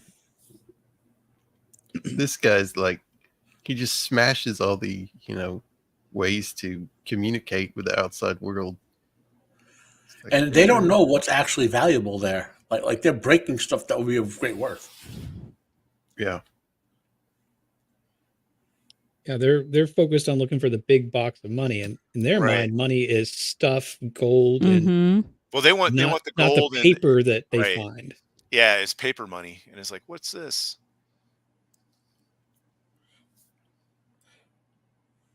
Yeah, see? Like, And it's funny. I guess what would consider ironic to the audience is that the amount of paper he threw down would have been more money than he probably earned through all that captured gold in the last 10 years. Mm-hmm. yeah. Like, I was thinking the same thing. I was like, if you had any idea that paper you are holding in your hands is worth more gold than you could possibly Yeah, and carry. After he leaves the room, his subordinates there's just stuffing it in his jacket. Well, there were other British people in reality. Like I'm assuming, excuse me, there were other British troopers, with them in real life in this attack. So Lawrence was like, okay, he didn't know what that was. Just quietly gather it up, and we just got like $1 million of German wealth, that we can use for our effort, Because Prince Faisal will certainly know what to do with that money for sure. And two, there would have been, soldiers that, okay, once we get into the city, you take the communications, make sure we get that held so we can actually use it. You know what I mean? I mean, there would have been people tasked with that kind of stuff. Lawrence here just has the cojones to just promise that the king is going to pay a whole bunch of money to this guy later on. Yeah. Does that actually happen? I don't remember seeing that in the whole movie, or I don't know. Oh. Because he's like, they like have a new general that's in control of, and he's like, I need some money, like gold money, because they use Funny enough, paper for something else. That's how that's how it still works up to today. Just units rolling around with large sums of money that they just hand out to people for stuff exactly like this. That's how, I don't know how many millions and billions of dollars are unaccounted for right now. They don't know where it went because it was just parceled out. You just could spend it discretionarily to do stuff. Oh, our tank ran over this wall in this guy's yard. Here you go. You accidentally shot your dog. But real quick leading up to this, he sets out for Cairo. He's going to cross the Sinai Peninsula, basically in one go. And Ali basically calls him crazy. He goes, well, Moses did it. And then later on, he sees that dust devil and he calls out, oh, hey, look, pillar of fire. And kind of earlier on in the film, you see him kind of staring at another one, kind of like Messiah like complex that he's getting. And then one of his guys falls into quicksand, which I was thinking you can't have quicksand without water. But then I looked up dry quicksand. Mm-hmm. And especially because they showed it being in a dust storm with shifting dunes and things. If the sand moves and it hasn't fully settled into a compacted state, you could fall 2 times your height into sand before you hit something solid. So this is not as crazy as I initially thought it was. If you ever want to do an experiment, get like a big container and fill it with sand and stand on it, and then get someone to put like a couple of sawzalls on the end to vibrate it. You'll sink into the sand as soon as the vibration passes. Yeah, the liquefaction is crazy. Yeah. There's a beach, I forget where it is. I think it's on the West Coast, but there used to be like big trees on this beach, and now it was just taken over by sand dunes. So it's basically a big sand beach.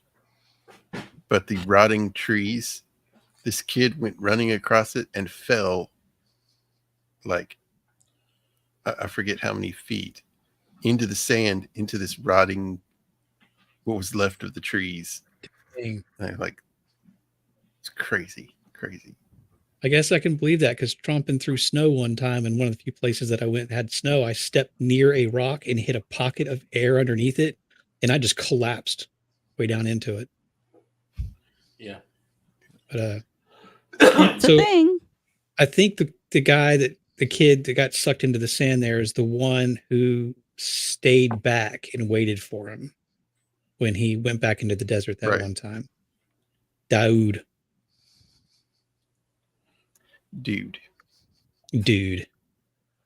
Hey, dude, where's my camel?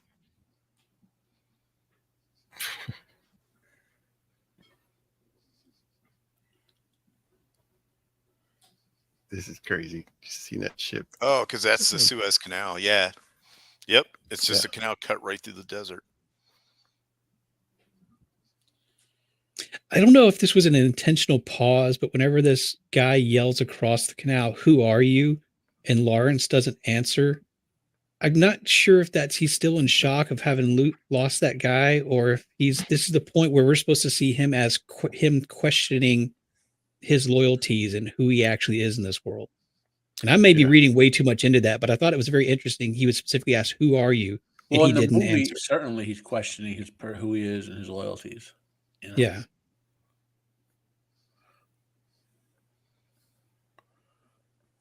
Oh, get a drink with ice in it. Something that kid had never seen before. Yes. He hands him the lemonade. He gulps it Lemonade. down. He casually says he likes your lemonade.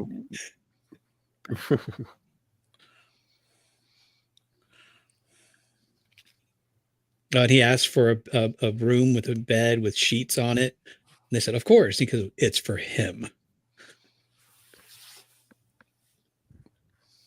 So this is the new general, dude, who was in Bridge on the River Kwai. Oh, yeah. That we did a few months back. I heard a story about back in this time when Bedouins first had interactions. They went to like Cairo or whatever. They saw faucets coming out of a wall and the water coming out of it. And they thought they were magic and they were trying to rip them off the wall so they could take them back with them. Until somebody explained that, it's like pipes that water come out of. And we're like, oh, I don't know how. Yeah.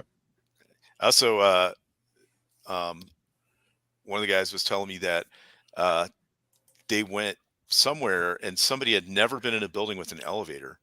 So they were afraid to get in it and like ride it because when it went up, they started feeling it move and they were freaking out. Yeah, this guy Hawkins had a pretty big career. The guy who played the general. Yeah. So previously we had Lawrence walk into the officer's mess dressed like that, with bringing somebody who shouldn't come in. Now he's walking in with a general who nobody ever expects to come in there. Well, the general, like in real life, would know that he is and Prince Faisal are like that. Yeah. So, yeah. Whereas most of these guys would have no clue.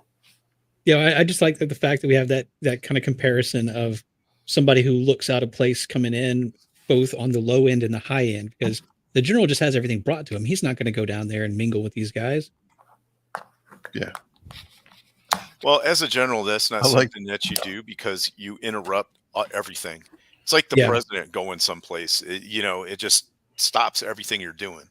Well, we saw it when he walked in. Everybody stood up and you hear the heels clicking, especially that last guy who hits his pool shot and looks around like, oh, I'm the last guy.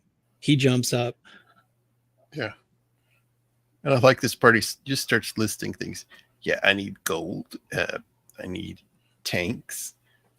Oh, he wants armored cars. Yeah, armored cars. Yeah, armored cars, right.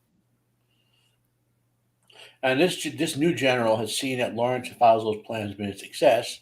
And he's like, yep, I'll give you anything you want. Anything you want. Yeah. Except artillery. They never give him artillery. Well, that was pretty expensive and rare. It wasn't remember, this is getting stuff to this part of the world is still difficult. So and right here he asked if he's actually going to give them artillery, and he says giving them that would give them their freedom. Right. You don't want to give them too much weapons, otherwise they can just start running wild. Yeah, then you'd have the come and take it kind of situation like you had in Texas. Like, we gave you a cannon. All right, we're not giving it back. Yeah. All right, people. 15 minutes. 15-minute break. All right, let's go have a smoke. Here in a moment. I feel like going to the beach and riding naked now for some reason. I'm with for the cigarette girl to come by so I can get my Charleston chew and a pack of smokes. See, I just do the pipe tobacco. Or they could play the let's all go to the lobby thing. Well, Mando, if you were a guy, you'd want to go to the beach and ride naked now, though. So that's true, on horseback. Maybe not right now, considering the weather. And it'll be fine. Men don't feel the weather. Weather? What is that?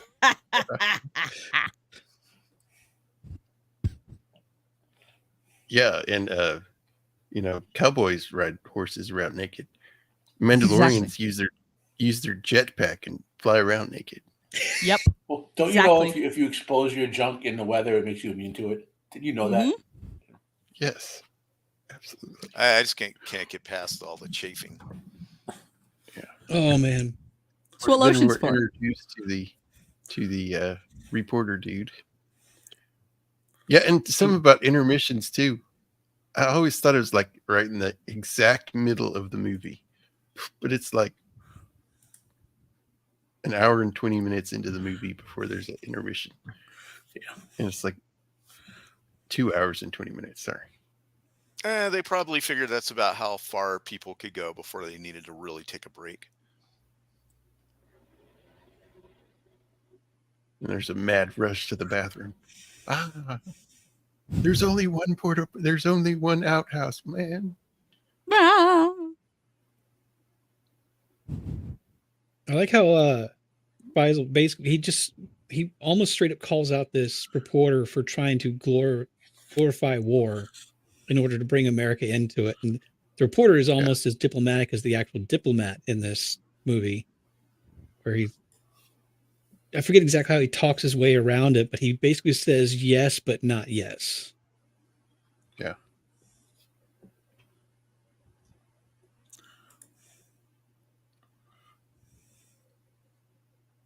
It's also highly likely if there were an American reporter there, I'm not saying there wasn't, he was most likely a spy. Good point. Right.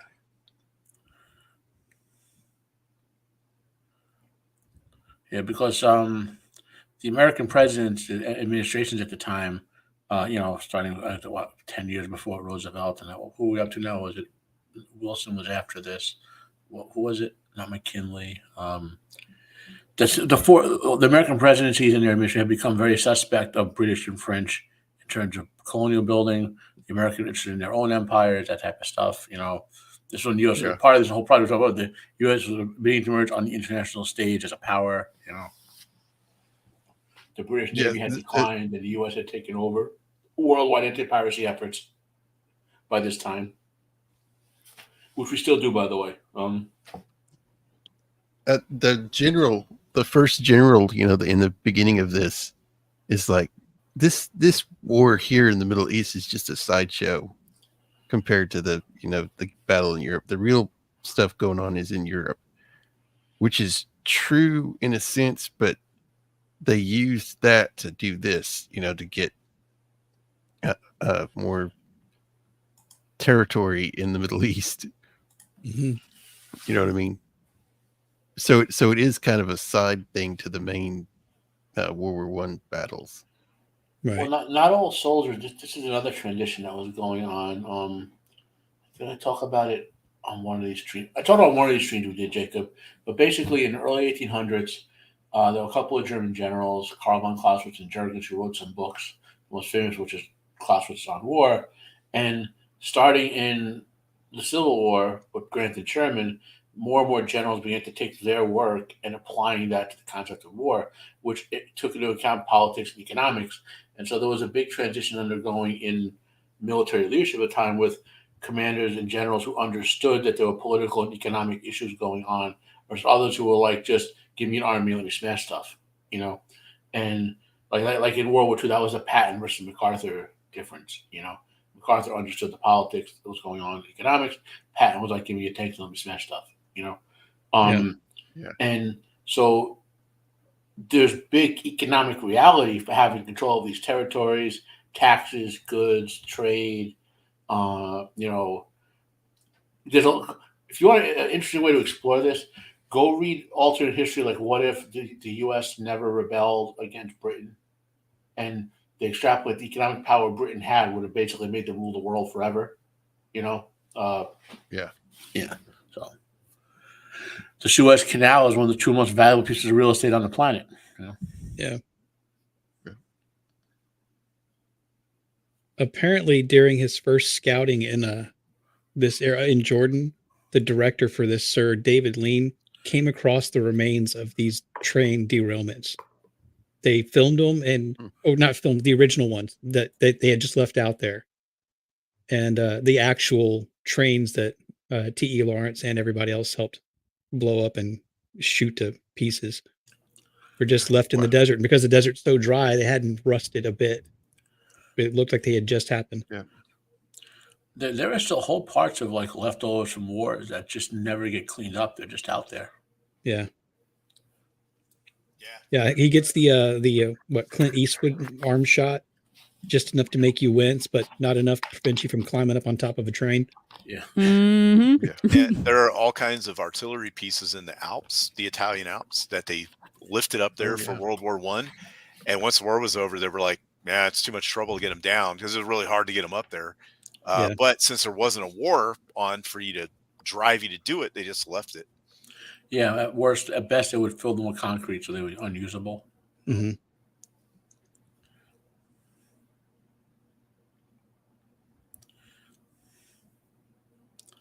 Oh yeah, this reporter. I've never seen somebody killed with a sword. You should have gotten a picture. I wish I had. And then later on, like how he kind of switches a little bit. I like this. He's like, "You take pictures of me with this? Smash it with a hammer." Reporter harassment." Damn it! I want it on my Facebook. I think how Lawrence describes it later is he's kind of old fashioned. He still thinks these, he didn't say soul, but he says he still thinks these things take his virtue. Yeah.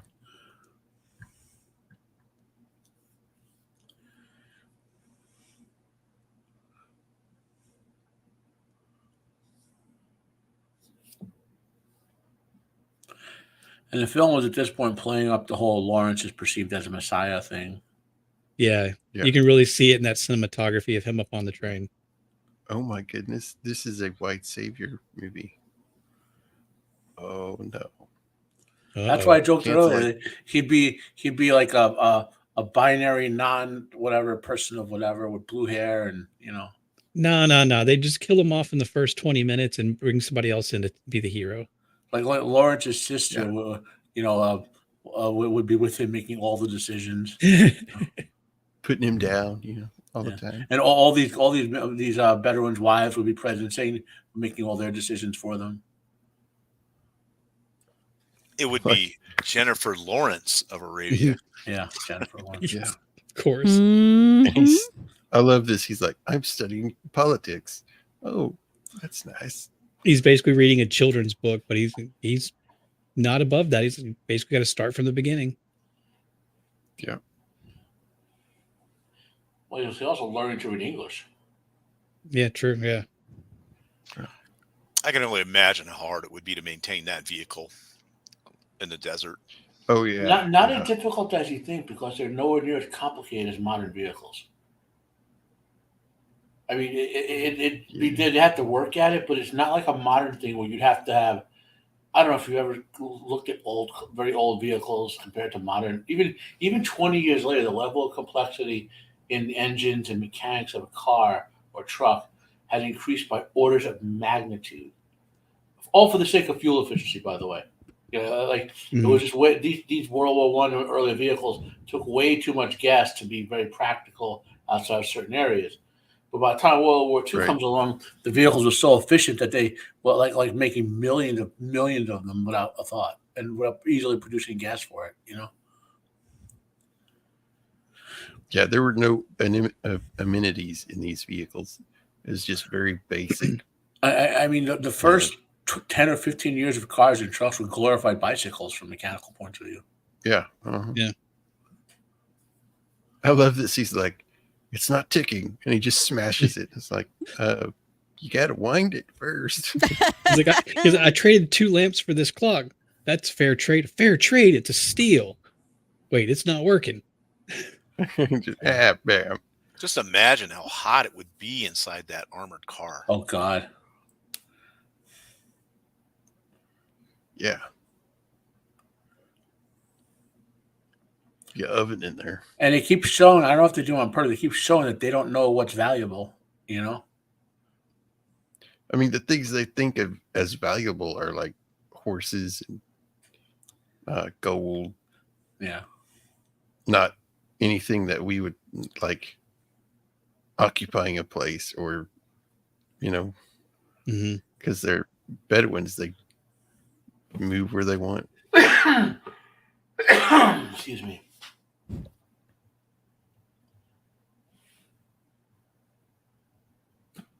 Yeah, there's a Lewis gun on the tank, on the armored vehicle.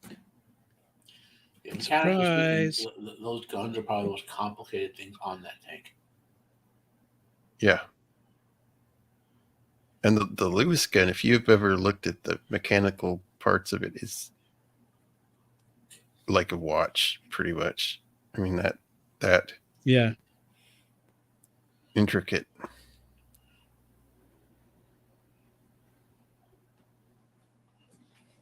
The barrel's so fat on it because it's water cooled. It has a water jacket, which means that you can just shoot it like nonstop as long as you keep the water in there. Yeah. Oh, and this guy, I think in the previous scene after the clock incident, he said, like, I need to find my glory or whatever, something along those lines. And it just, you kind of get that feeling like he hasn't come away with a treasure that was worth going home with, but then he gets that white horse that was, tied separately on the train. And it's like, peace, I'm out. Because that's something that Lawrence is having to deal with, is all these guys that are basically mercenaries are taking loot, and that's their payment. Their job is done, and they're going home for the winter. Well, there's an interesting thing here. So prior to modern warfare, which began in like World War II era, actually even World War II, it sucked. You don't wage war in the winter. Like technology before the 1950s or 60s made that extremely difficult on the soldiers to wage war in the winter. You hunkered down in the winter. Maybe you had some artillery going back and forth between stable lines. It's almost why the Christmas truce occurred. Remember the Christmas truce that occurred eventually, right? Because you don't wage war in the winter. You just hunker down as much as you can. And whereas the British are beginning to be able to wage war in the winter with more modern vehicles they could just use gas instead of feeding horses and things like that. The Bedouins are like, no, we can't. We don't have the infrastructure. I mean, I'm saying it my way, but they don't have the infrastructure to wage war in the winter. Yeah. They have to go home, harvest their crops, feed to get their families ready to go to the winter. This kid loses a blasting cap. A blasting cap in his clothes. He's like, oh, it's okay, go get another one. And as he's going back to get another one, it blows up in his clothes. And like, they very subtle, I mean, they're not super subtle, but just before this, when he's getting one out, the guy trips holding the box of them, and you can tell by their reaction that they're very unstable. That was a nice way to show that. But yeah, man, what a way to go.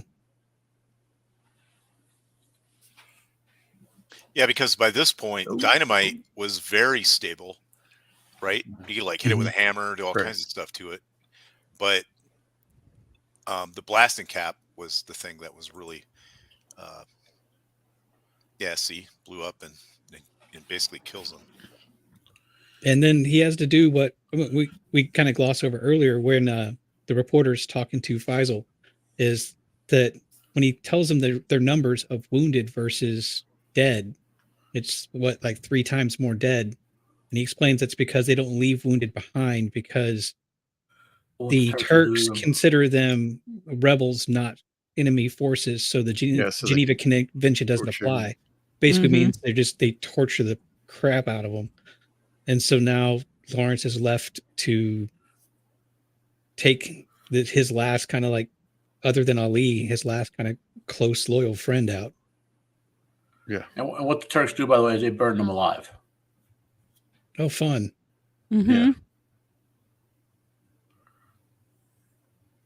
I mean, honestly, regardless how far he had to go, I would imagine taking a bullet would have been the better way out for that guy, because the way they rolled him over, it looked like that blasting cap probably went off around by a kidney. And I can't imagine that being an easily survivable thing that time. Everything's going to get infected and you're just going to go out much slower. I mean, the ride back to their home base is he'd die on the way. Mm-hmm. Yeah. This part here I thought was kind of cool, because on the Arabian Peninsula, on the west side, there are like hills and mountains. So that it does get cold enough there if you go high enough. Yeah.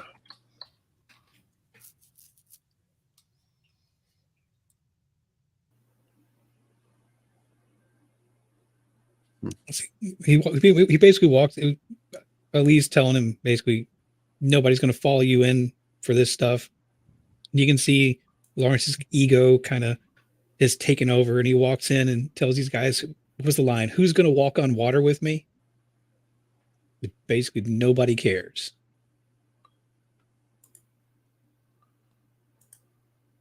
But he's made promises to the British to be at a certain place at a certain time, and if he basically has to go alone, that's what he's going to do. Although he does, when we get to this scene, when they get into town, he does, I thought it was kind of funny, walk directly through a puddle and kind of turn around and look back at Ali like, ha, look, I'm walking on water. So, and this is more of a movieism. It's not even in his autobiography. But there were other Bedouin forces, so it wasn't like they all abandoned him or whatever. Like, yeah. This was movieizing like the Messiah aspect more than anything. Right. Yeah. I'm assuming that he wouldn't just walk down the street standing straight up, looking people in the eye. I would think I would want to, kind of hunch over and look down, especially going past some soldiers. What does Ali tell him just before this? Was like, look at you. Do you think you can pass for an Arab? And and I was watching this and I said out loud, "What? Why not? Obi-Wan Kenobi did." We're not the people you're looking for. And what they're actually doing in the town, by the way, is scouting it. They're not just going there for trying to scout the town to invade it.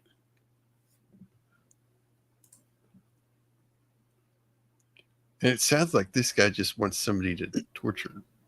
Mm-hmm. Yeah, and this is another one of the allusions to Lawrence being gay scenes. If you catch what some subtly, because I was thinking at first it doesn't feel like he's looking for somebody to torture.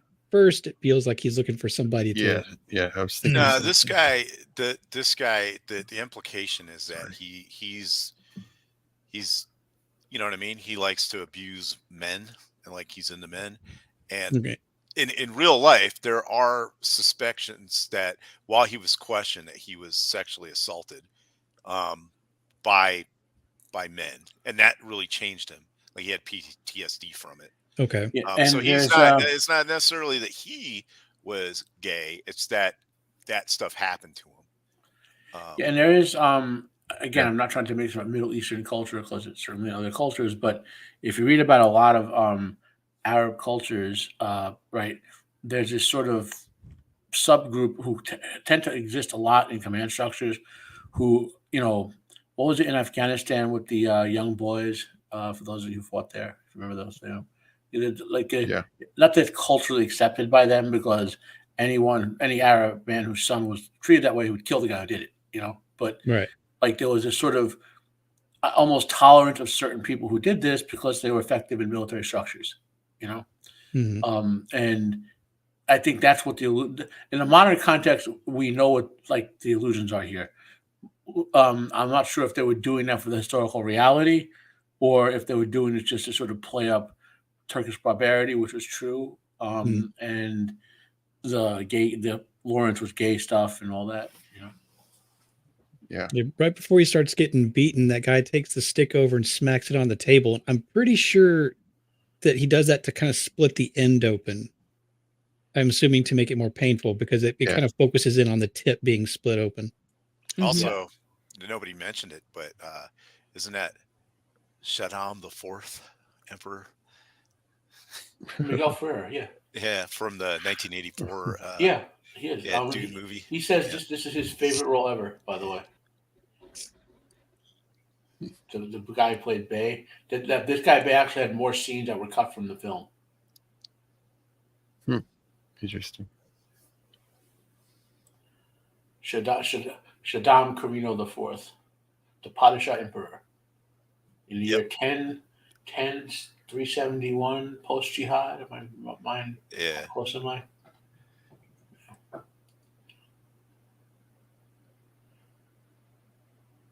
He's actually Greek, though. That guy in Dune. Ferrer, yeah. No, in Dune, that character is Greek. No, well, I mean, in the sense of that they have Greek names, yes. In the sense that it's 17,000 years in the future, long past since when Omnius bred humanity as pets and eliminated all ancient ethnicities because they were inefficient. No, he's not Greek. So yeah. Yeah. At this point, Lawrence's spirit is basically broken, right? Because he tells him at some point, he's like that. I would have told them anything. I would have told them everything. I would have told them where you are, and I tried to. And it basically kind of works that they just beat him to beat him. They didn't really care what he had to say, and that Messiah complex is broken, and he's realizing that, like he says when he grabs his flesh, is like this is all that makes us. And he's realizing that we're coming back to reality where he is just a man. Yeah, and in kind of reality, Lawrence was getting tired of being in the field, especially as he saw that the Arab alliance that he and Prince Faisal had been putting together was behind the scenes about to be undercut by the French, especially, and then eventually the British. Right. Yeah. I would imagine, especially if he went in kind of bright-eyed, looking for adventure and being met with all of this violence, that it would tire him out greatly.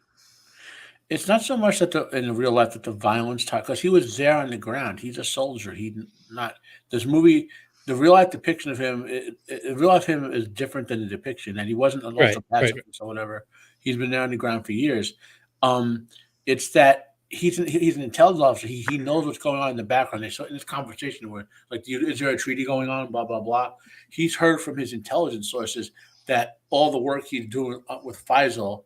In the movie, this is how they depict it, but in real life, that's what happening is Prince Faisal was chosen by the Arab leadership at the time to lead the rebellion against the Turks, right? Among several other possible candidates. And he had put together this big coalition, and the Arabs were really uniting under him, and Lawrence was a big backer of that. And now he's hearing that the British and the French are going to go colonial and then undercut all that. And he's bonded with these people. He thinks the idea of colonialism isn't very efficient in the long run, so there's a lot of really interesting, like I said, I know more about the real world politics than I do about the movie. You know what I mean? Like this sort of what's going on with the colonial efforts of Europe. This eventually all leads to World War II. Okay, it's an outgrowth of post World War I. The Germans and the French, against the advice of the Americans, punishing the losers of World War II, which were the Germans and the Turkish and whatnot, by breaking up their countries, by abusing their peoples economically. And like I said, eventually the Arabs going on the German side is so bad what the British and the French do after World War I. Yeah. So they kept doing, by the way, but that's a sidetrack. So, yeah, that's okay. Well, if we ever do the sequel to this film, because there is a sequel, we can talk about that.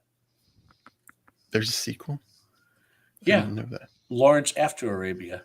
Ralph Fiennes played Lawrence. It was in the 90s, and it was a big break for like several people in that film. Ralph Fiennes got the Schindler role because of that movie.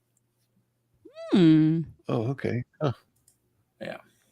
So the general here convinces him to go back and Faisal is played by Alexander Siddig, who became Dr. Bashir because of that role. Yeah.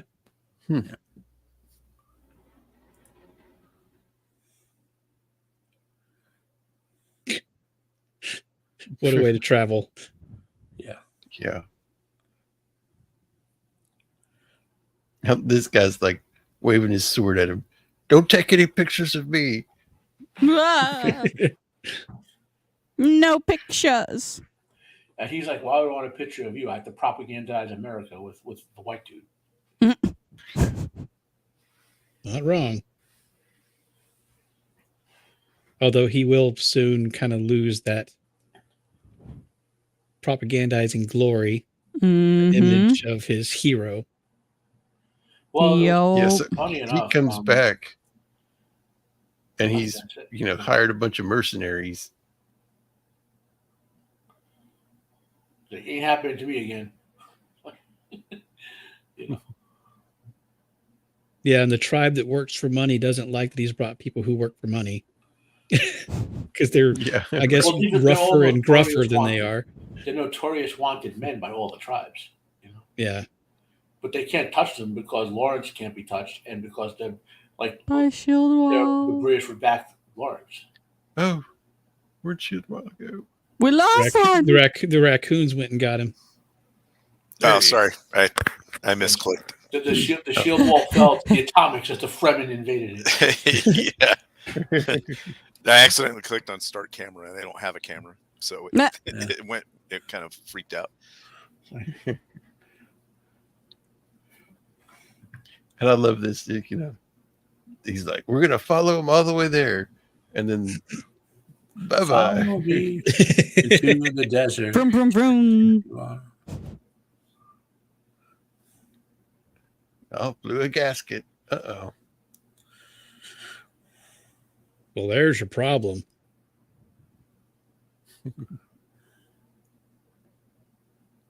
Those Jawas stole a part of the engine. They sold us. It's got a bad motivator. What are you trying to pull here? Sir, we found the town of the Sand People that was slaughtered to the last, as if by a lightsaber of some sort. It's crazy, man. Look at the tracks. The tracks, they're in single file. To hide their numbers. Like, the Sarlacc pit is here. Avoid that. It's like, The Sarlacc pit. This guy's like, sir, where's the Sarlacc pit? Oh, it's over there. Stay away from it. just toss the Turkish prisoners in, it'll leave us alone. Yeah.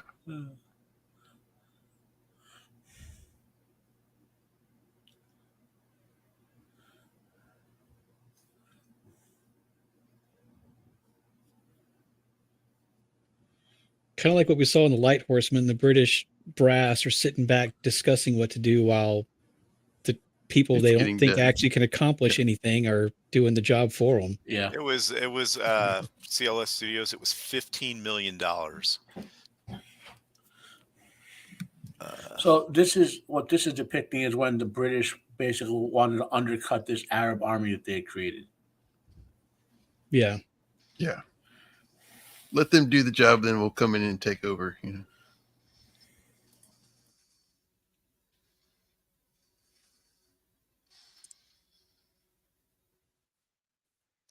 Yeah, these are Turks that have just gone through a village and just slaughtered everybody. For inflation, it's $151 million for today. That's how much it would cost them to make this movie. Considering the scale, that's still Oh, it'd be that four was still times that really amount impressive. with all the CGI they would use instead of real. Yeah. Mm-hmm. And Lawrence goes a little crazy and kills some sand people. Yeah. This is the With his part where I'm just lightsaber. like, ooh. Oh, this is where And- he says no prisoners, right? Yeah. Mm-hmm. And this is the most Yeah. historically accurate part of the film. Yeah, and this is definitely a heel turn, so to speak, because previously he had been the advocate for taking prisoners. Because what Faisal says, it's like for taking prisoners for Lawrence is a virtue. For me, it's a kindness or something along those lines. And for him to just say, Yeah. nope, screw it, kill them all. And in real life, Lawrence wanted prisoners because he was an intelligence officer who wanted to interrogate them. Right. Yeah. But also, by this point, what happened to him at that place is, I think, driving him Shut up, Vader. to make this Mm-hmm. decision. You've missed all the Star Wars references. Oh, there's still plenty of time for Star Wars references. Yeah, there's more coming. Yeah, for any of you who are wanting to watch this movie, it is free on YouTube. You can just type it in and find it. That's what I did.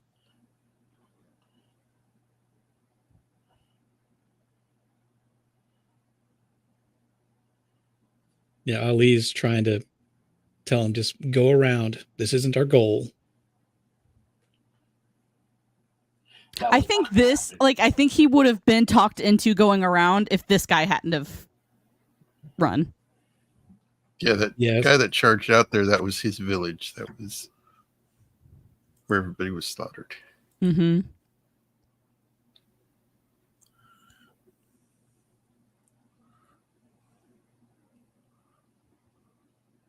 What kind of gun is that? That's an old Hotchkiss gun. It uses trays of ammunition that you feed into the side. So they're like metal trays with the ammo laying in it, and it just shoots through it, and then you put more in. You feed them through that left side there, and those fins are air cooled. It's like a gun from like invented in like the Netherlands or something. But the French used it a lot. So I went to the Wikipedia for this. This is called the Tafash Massacre. And there's a passage from Lawrence's book, which I think is particularly relevant. We left Abin El-Main there and rode on past other bodies, now seen clearly in the sunlight to be men, women, and 4 babies, toward the village whose loneliness we knew meant that it was full of death and horror. On the outskirts were the low mud walls and sheepfolds, and on one lay side something red and white. I looked nearer and saw the body of a woman folded across it, face downward, nailed there by a saw bayonet whose half stuck hideously in the air from between her naked legs. She had been pregnant, and about her were others, perhaps 20 in all, variously killed, but laid out according to it with an obscene taste. The Zagi burst out in peals of wild laughter, in which some of those who were not sick joined hysterically. It was a sight near madness, the more desolate for the warm sunshine and clean air of this one's afternoon. I said, "The best of you brings me the most Turkish dead," and we turned and rode as fast as we might in direction of the fading enemy. On our way, we shot down those of them who were fallen by the outside of the roadside who came imploring our pity. Damn. So in the book, Lawrence is like all in, just kill them. There's no. Mm-hmm. Oh, because they had just massacred his town, right? Yeah. Yeah. Like sometimes a town with like just women and kids. Like sometimes that's how you got to deal with that kind of stuff. Yeah. Just like with the SS, they didn't take any prisoners. Well, my grandpa, this is a story from World War II, which probably considered a war crime nowadays, on both sides. They would often, like, you remember they had the Hitler Youth and all that in Germany, right? So the SS would indoctrinate some of these kids, 12 or 13 years old, and take them with them when they would form their SS battalions because no one wanted to be in them. So when they would have an SS fortification, the adult SS guys would chain the little kids to machine guns and then retreat. And my grandfather his company was scouts, and they had to advance and clean these places out and had to kill little kid after little kid. These are all young guys with some fathers, and they got so disgusted by this, my grandfather said, but after that point in the war, they never would willingly take an SS alive prisoner. Wow. Yeah. Look, I just got these grapes from HEB. I'm still curious where those grapes came from. I don't know how you afford those grapes in this economy. Like, bro, where'd you come up with them grapes? Like, you're in the middle of the desert, bro. I just gave him some of that Turkish paper, which they say is worthless. Those are like $8-10 now. How much did you give him? Oh, I had 3 inches of that paper in my hand. He gave me 1 load of grapes for it. It was worth the trade. I mean, as far as what Mando was saying, like in the film, I assume that they were probably scavenged from the troops they slaughtered, because he does say like grapes from Damascus. Probably, yeah. And then laughs when Lawrence eats one because they're not ripe yet or whatever. And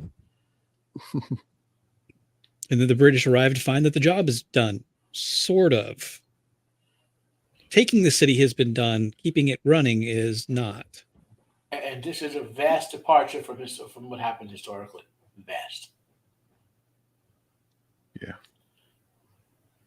And this is where my home media player began to fight me to watch this scene. Like, because I was trying to watch it in my bedroom while I was like chilling out yesterday on the meds, and like he kept crashing. I'm like, what the heck is going on? This movie was so long that there's a timer built into my thing that when it detects what should be the credits, it like just skips them for you, right? this movie was so long that it thought it should be in the credits already and kept closing it.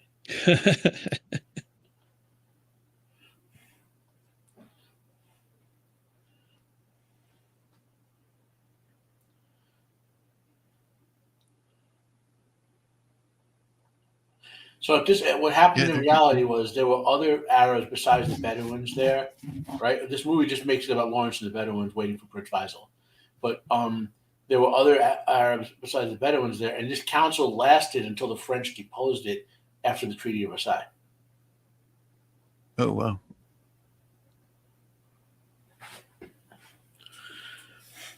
Yeah, it wasn't even the British. The British, my understanding was, were willing to work with Prince Faisal as an organizing power of this coalition and colonize through him, so to speak. Yeah. The French were like, no, we got to wipe these guys out, and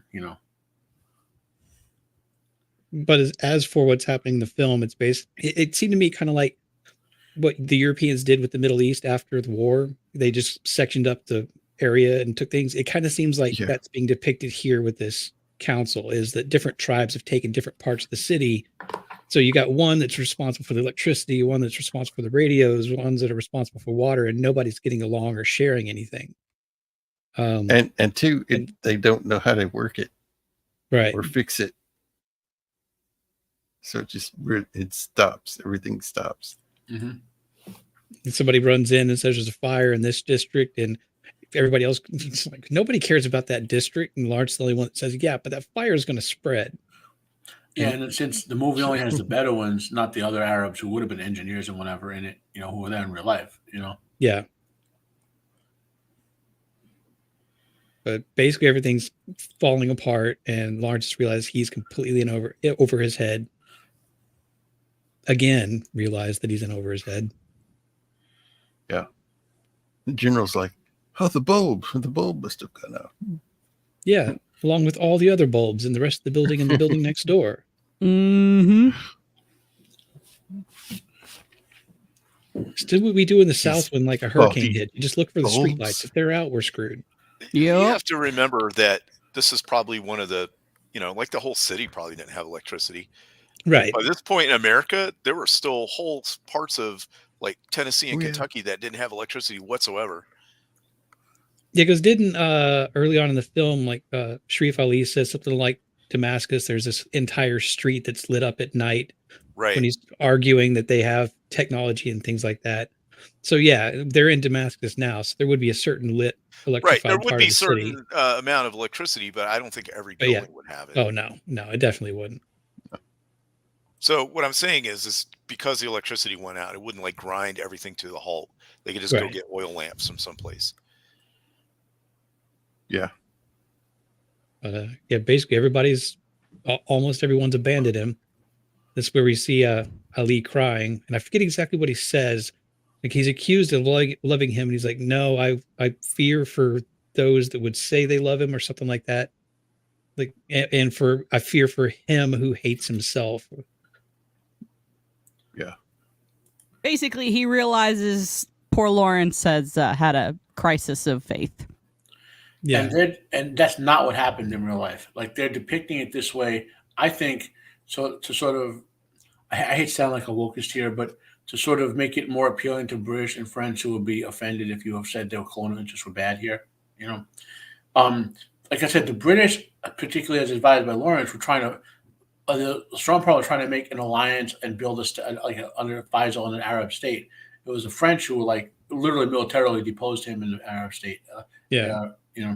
And they weren't. Some people were listening to him and some weren't. And he was working like after the Arab forces took Damascus, and then Lawrence organized Faisal's government there. There was a lot of, I think earlier, I'm trying to remember the name of it.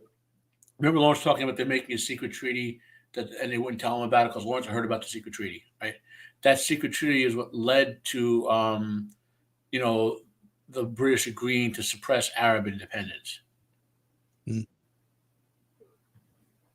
Yeah, this is crazy. The hospital, the Bedouins just left all their wounded in the hospital with no, nurses or doctors or anything. Just left them there. Well, that's better than what the Turks did to the Bedouin wounded and burned them alive. Yeah. I mean, I guess they assumed that the British were going to swoop in, like we end up seeing, because they were also in the city. And kind of like what you said, Matt, about this being written to kind of like play towards the British and American audiences. That obviously isn't uncommon. We saw that with the dramatization of the Bridge over River Kwai and things like that.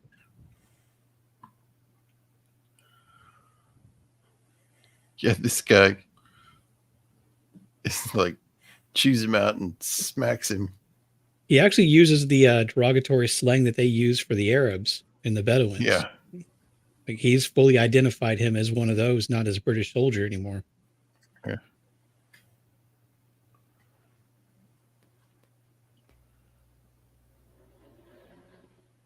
And this kind of made it out like this guy was also playing politics the whole time too. Well, Prince Faisal was, in the sense of he thought he actually had an alliance with the British to form the Arab state. Yeah. And because there were competing forces, like some British wanted it and some didn't, but it was a treaty with the French who led to the whole downfall there, and eventually, the Arabs go over to the German side in World War II, the Muslim Brotherhood, the eventual disaster in the 50s when they decided to put Israel in the middle of that. Well, not so much a disaster, maybe by intention, but that's a separate issue. And what the problem experience in the world today is, so. Yeah, he's like gets promoted and has all these things, and he's like, okay, whatever. It's like, and by historical contrast, there are some who criticize what the British did in India. India is a fairly stable ally to the West, because the British didn't do what the French did in the Middle East and Southeast Asia, in France in particular. And Bangladesh, by the way, another friendlier, and Indonesia, friendlier nations to the West that people are giving light to, So.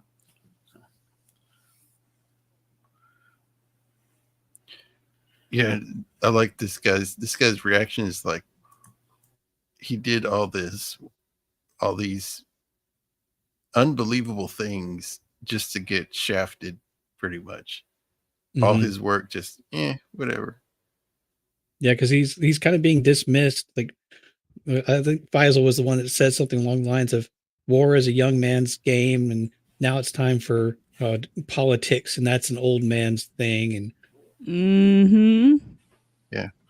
Okay, and so this wouldn't have happened if this guy hadn't been early on in the film and had an interaction with Lawrence. And I think it must have been in like officer's mess. Like he called him out for he must have been the guy that called him out for wearing a hat inside or something. But this is the same guy that just smacked him earlier, thinking he was just an Arab guy. Oh, was it? It was that soon on? Yeah. It looks a lot different, not covered in dust. Yeah, right.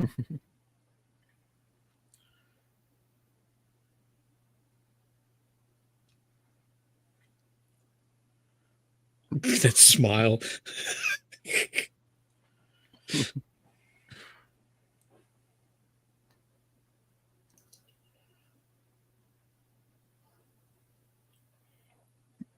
He's like, well, the newspapers say that the Bedouins took the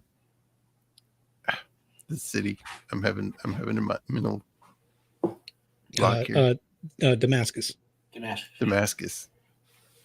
And he's like, but they were led by a British officer. Well, he wasn't there. He actually wasn't there when they did that. Yeah, I think I read he showed up right after the end. Well, they had begun to sort of pull Lawrence out of his, I don't want to suppress his influence, but so they had Lawrence was running. He was an intelligence officer. So he's constantly going back and forth between the British command and the Bedouins and Prince Faisal's people. So he's on the move constantly, trying to gather intelligence for them about what's going on. And then there was another British officer who was actually there when the invasion of Damascus happened, and so forth. There are a couple of really great things about this scene as he's leaving. He doesn't. I mean, he's kind of a broken man, but you can also tell he really doesn't want to leave. Yeah. Because they pass by this truck where these soldiers are singing a song about leaving home and leaving their girls behind as they're heading towards the city. So they're heading to the front. They're going to go to war, and they're saying goodbye to everything, but almost like he's still saying goodbye. And then we get that great shot of the motorcycle, and it just focuses him on him. Just kind of like, yeah, Mhm. I could ride one of those. Yep. And there it is, people. Yeah, when they had the peace conference for post World War One, Lawrence actually was part of Prince Faisal's team, so to speak. Right. So yeah. Oh, we have. I was going to think we got one more hour to talk about this. Ha ha ha. Somehow we concluded talking about it in less time than it took to actually watch the original movie. Yeah. That's pretty amazing. Lawrence died when he was 46. Mm-hmm. So. Yeah, it's like 10 in the 30s or something like that. 1935. Yeah. May 19th, 1935 is when he died in Bovington Camp, Dorset, England. Yeah. Should have stayed where he was. Yeah, after the really famous tank museum there. Yeah, Lawrence became an advisor as far as working with trying to form the Arab coalition and all that. He became an advisor to Churchill, I believe, was backing it. He was born in Wales on August 16th, 1988. It's my birthday. Yeah, Churchill was a big backer of the Arab state and not going all colonial crazy, Yeah.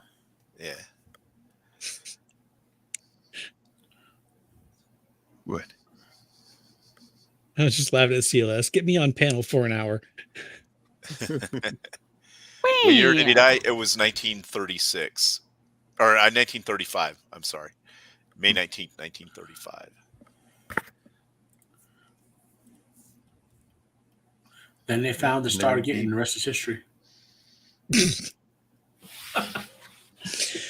Okay, so by my tally, and I'm sure I missed plenty of things, we have at least 2 Stargate references, at least 8 Dune references, but since I don't know Dune, I'm sure I missed some, and at least 20 Star Wars references. So there we go. Well, he was, oddly enough, he was into travel, antiquities, and archaeology when he was younger. Yeah. So, he's got to get he needs to get the hieroglyphs for the Stargate coordinates. See, they covered up, but Lawrence is actually the team that found the Stargate. Yep, exactly. Yeah. He was part of those early attempts to activate it with the International Coalition. Yep. He was good friends with Daniel Jackson's grandpa. Yeah, right. And Catherine. Yeah, there's rumors about him and Catherine.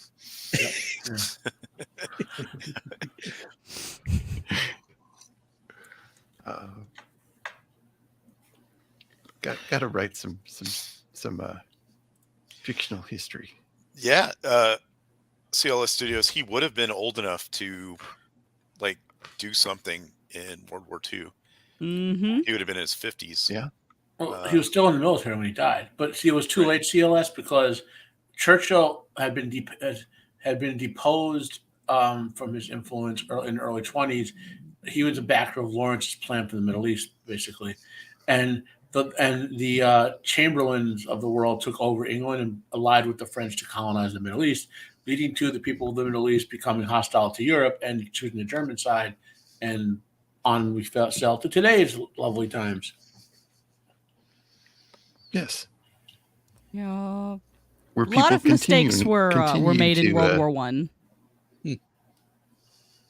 Do things in the Middle East too. I mean, it's when Saddam came to power and all that stuff. That region has been a mess for a long time. Well, the Sunni Shia civil war since 1100 AD or so, somewhere around there. Which it doesn't help. I think honestly, in world, like, of course, like before World War One, but World War One was kind of like a lot of really, really lasting bad decisions were made during that time. Like the Treaty of Versailles, to be quite honest, was one of the worst things that could have ever happened post World War One. Yep. It honestly set up World War II. I think a lot of people tend to forget, like, World War One really did set up World War II. There would not have been a World War II if people had just ended World War One correctly. I would say that the World War II would have been against the communists, but more. I don't think the communists would have come to power as strong or as quickly if, like, a lot of people were not so disassociative, like with the revolution, like the French Revolution, the Russian Revolution, like all of those revolutions happened because of greed, and I believe it fueled most of the communism spread in Europe at that time. Yeah. Kind of sounds familiar, like today, doesn't it? I mean, I wouldn't know things about that. Today, I just we like could to read go history. on for another hour. Yeah, we could. But anyway, the historical any last, just to finish it up, the historical what ifs of the scenario of what would happen if World War One, the post-war had turned out differently. That's hours of talk by itself. Yeah. Yep. Well, any last little thoughts about it, or have we thought about it enough? Well, the cinematography alone in this movie, it was fantastic. I'll say it's a great movie. It is not the most historically accurate movie, other than certain parts of it, like the massacre, the Foss massacre. If you want the actual story, you should read his autobiography, The Seven Pillars of something or other. And also then to get a fair opinion, read the biographers of him, the competing sides, and as well as historians who study the World War One history of these battles. If you really want to explore this, right, to know what really happened back then. Now, if you just care about the movie, watch the movie. The cinematography and the movie itself was influential on a lot of stuff that came later with the visuals and the sound, and we were making Stargate, the sand, the Dune, Star Wars, and Stargate jokes all film all the hours, but it's a visual influence on all of that, Not so much on Dune in terms of the writing of the book, but on the movies that came out later, because Herbert wrote Dune in '65, so it was published in '65. So he had long since put together his concepts for it, Yeah. Well, let's go around the horn and see what people are up to. Shieldwall, what do you got? All right. Yeah. So great movie. Thanks for having me on. Thanks to the chat for being here. Yep. CLS Studios' dream has come true. We worked on this. Great movie. Let's see. Thursday, I'm going to be on Roman the Empire show for the free range show that he's going to do, where he's talk about like current events and things in entertainment. And then I got to look at my schedule. I can't remember if it should be good for next week, for next Tuesday, for whatever you're going to be doing on that. If you want to have me on, that is. So other than that, I've been kind of busy the last month or so. Got a lot of stuff going on, different things. Got some traveling I got to do. So, but anyway, that's what I got going on. Also, it's cold here. Yeah. Beard, what do you got coming up? I think like probably a couple more of us. I'll also be over on Roman at the Empire's free range stream on Thursday. And I don't think I've got anything else set until my usual Mondays with Get the Beard Out of the Way after the weekend. It's I think we've been trying 8:30 Central instead of 8 o'clock. I don't know if we're going to stick with that, but people can follow me on Twitter or Twix X, whatever you want to call it, for any updates. But we'll be doing the Lord of the Rings, the Two Towers. This is our Lord of the Rings month. And Fellowship of the Ring was a lot of fun. We're not doing a full deep dive into it, more kind of reminiscing our first viewing and favorite parts, et cetera, et cetera. There were no elves at Helm's Deep. There were no elves. No. Oh, and real quick, CLS Studio, great recommendation. Thank you. Yeah, thanks for that. I still like the movies. Very good recommendation. See that one. I'm ahead of you there. I've got that movie coming up. So, okay. That's a good movie. Another movie that won't be made in the modern era. Matt, what do you got? Well, I'll be on with you on the Pacific on Saturday. Well, not that we'll be on the Pacific. Yes. We're talking about the Pacific, not floating on it. Roman show this Thursday. Next week. Yes, Saturday we will be floating on the Pacific, talking the series about the Pacific. Yes. Yeah. So this Thursday and Roman's show free range. Basically, next week Roman's show is 12 Monkeys. Those funky monkeys. Next am I on your Tuesday show? What does my calendar say? I have so much stuff, Jacob. I just put you on my calendar now. I'm not on your Tuesday show coming up. Okay. So on my end, I have my weekly podcast. I'll stream, whatever you want to call it, Friday Fandemonium, 3 p.m. Eastern Standard Time. I dropped my video talking about 1984's Dune, the theatrical version, because it's the 40th anniversary this year, and they're going to re-release it to the theaters a few weeks before Dune Part 2 comes out. So if you haven't ever seen it at the theater, here's your chance to go see it. I talk about, some of the changes. It's not a big in-depth on the movie as much as it's my thoughts about the changes, what worked and what didn't, because the theatrical Dune is a very watchable movie. It's just a horrible adaptation, right?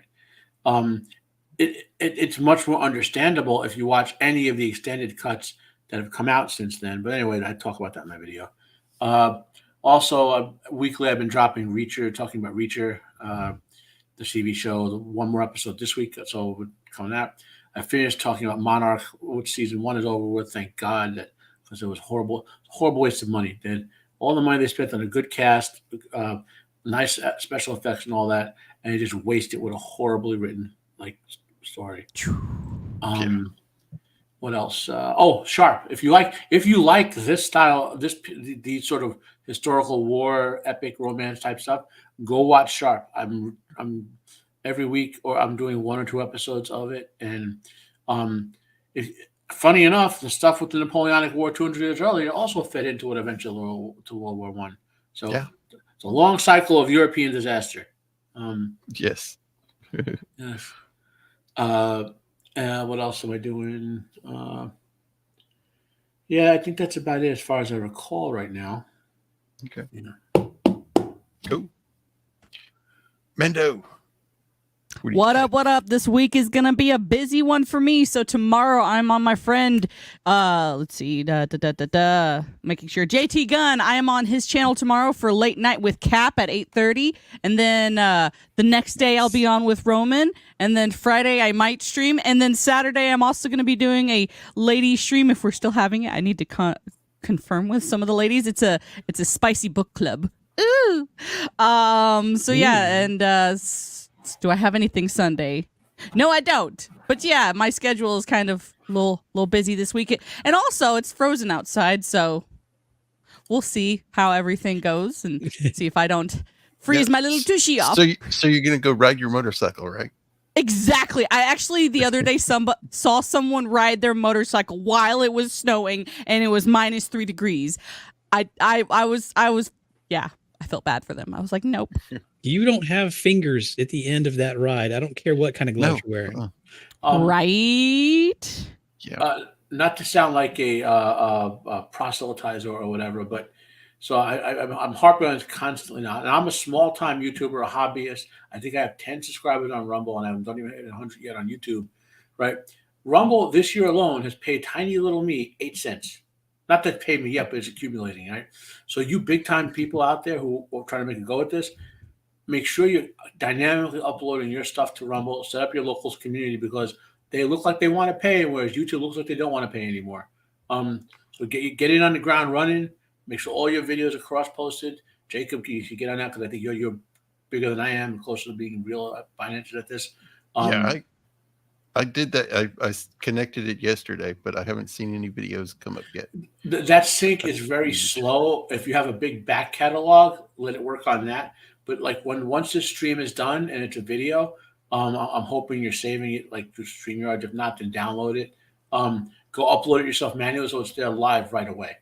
You know that I started doing that this year, which I would only just sync do it all last year and only got like 1/3 of my videos posted because it's so slow. I guess YouTube throttles them because they're a competitor or whatever. But just this year alone, in like what is it? Not even 3 weeks, 8 cents for a little bitty me.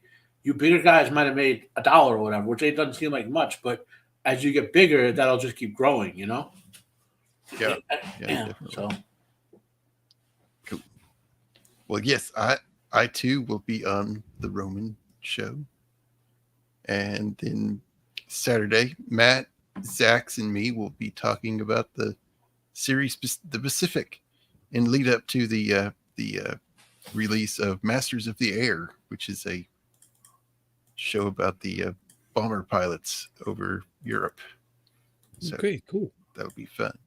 Yeah, that's coming out soon, isn't it? That's yeah, I think the 19th, I think. Okay. On Saturday.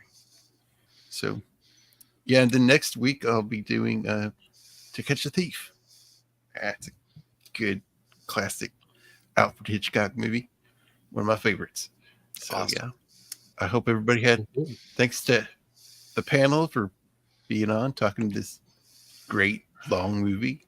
And thanks to the chat. And thanks to CLS for suggesting this movie. And I hope everybody has a good week. Later. Have a good one.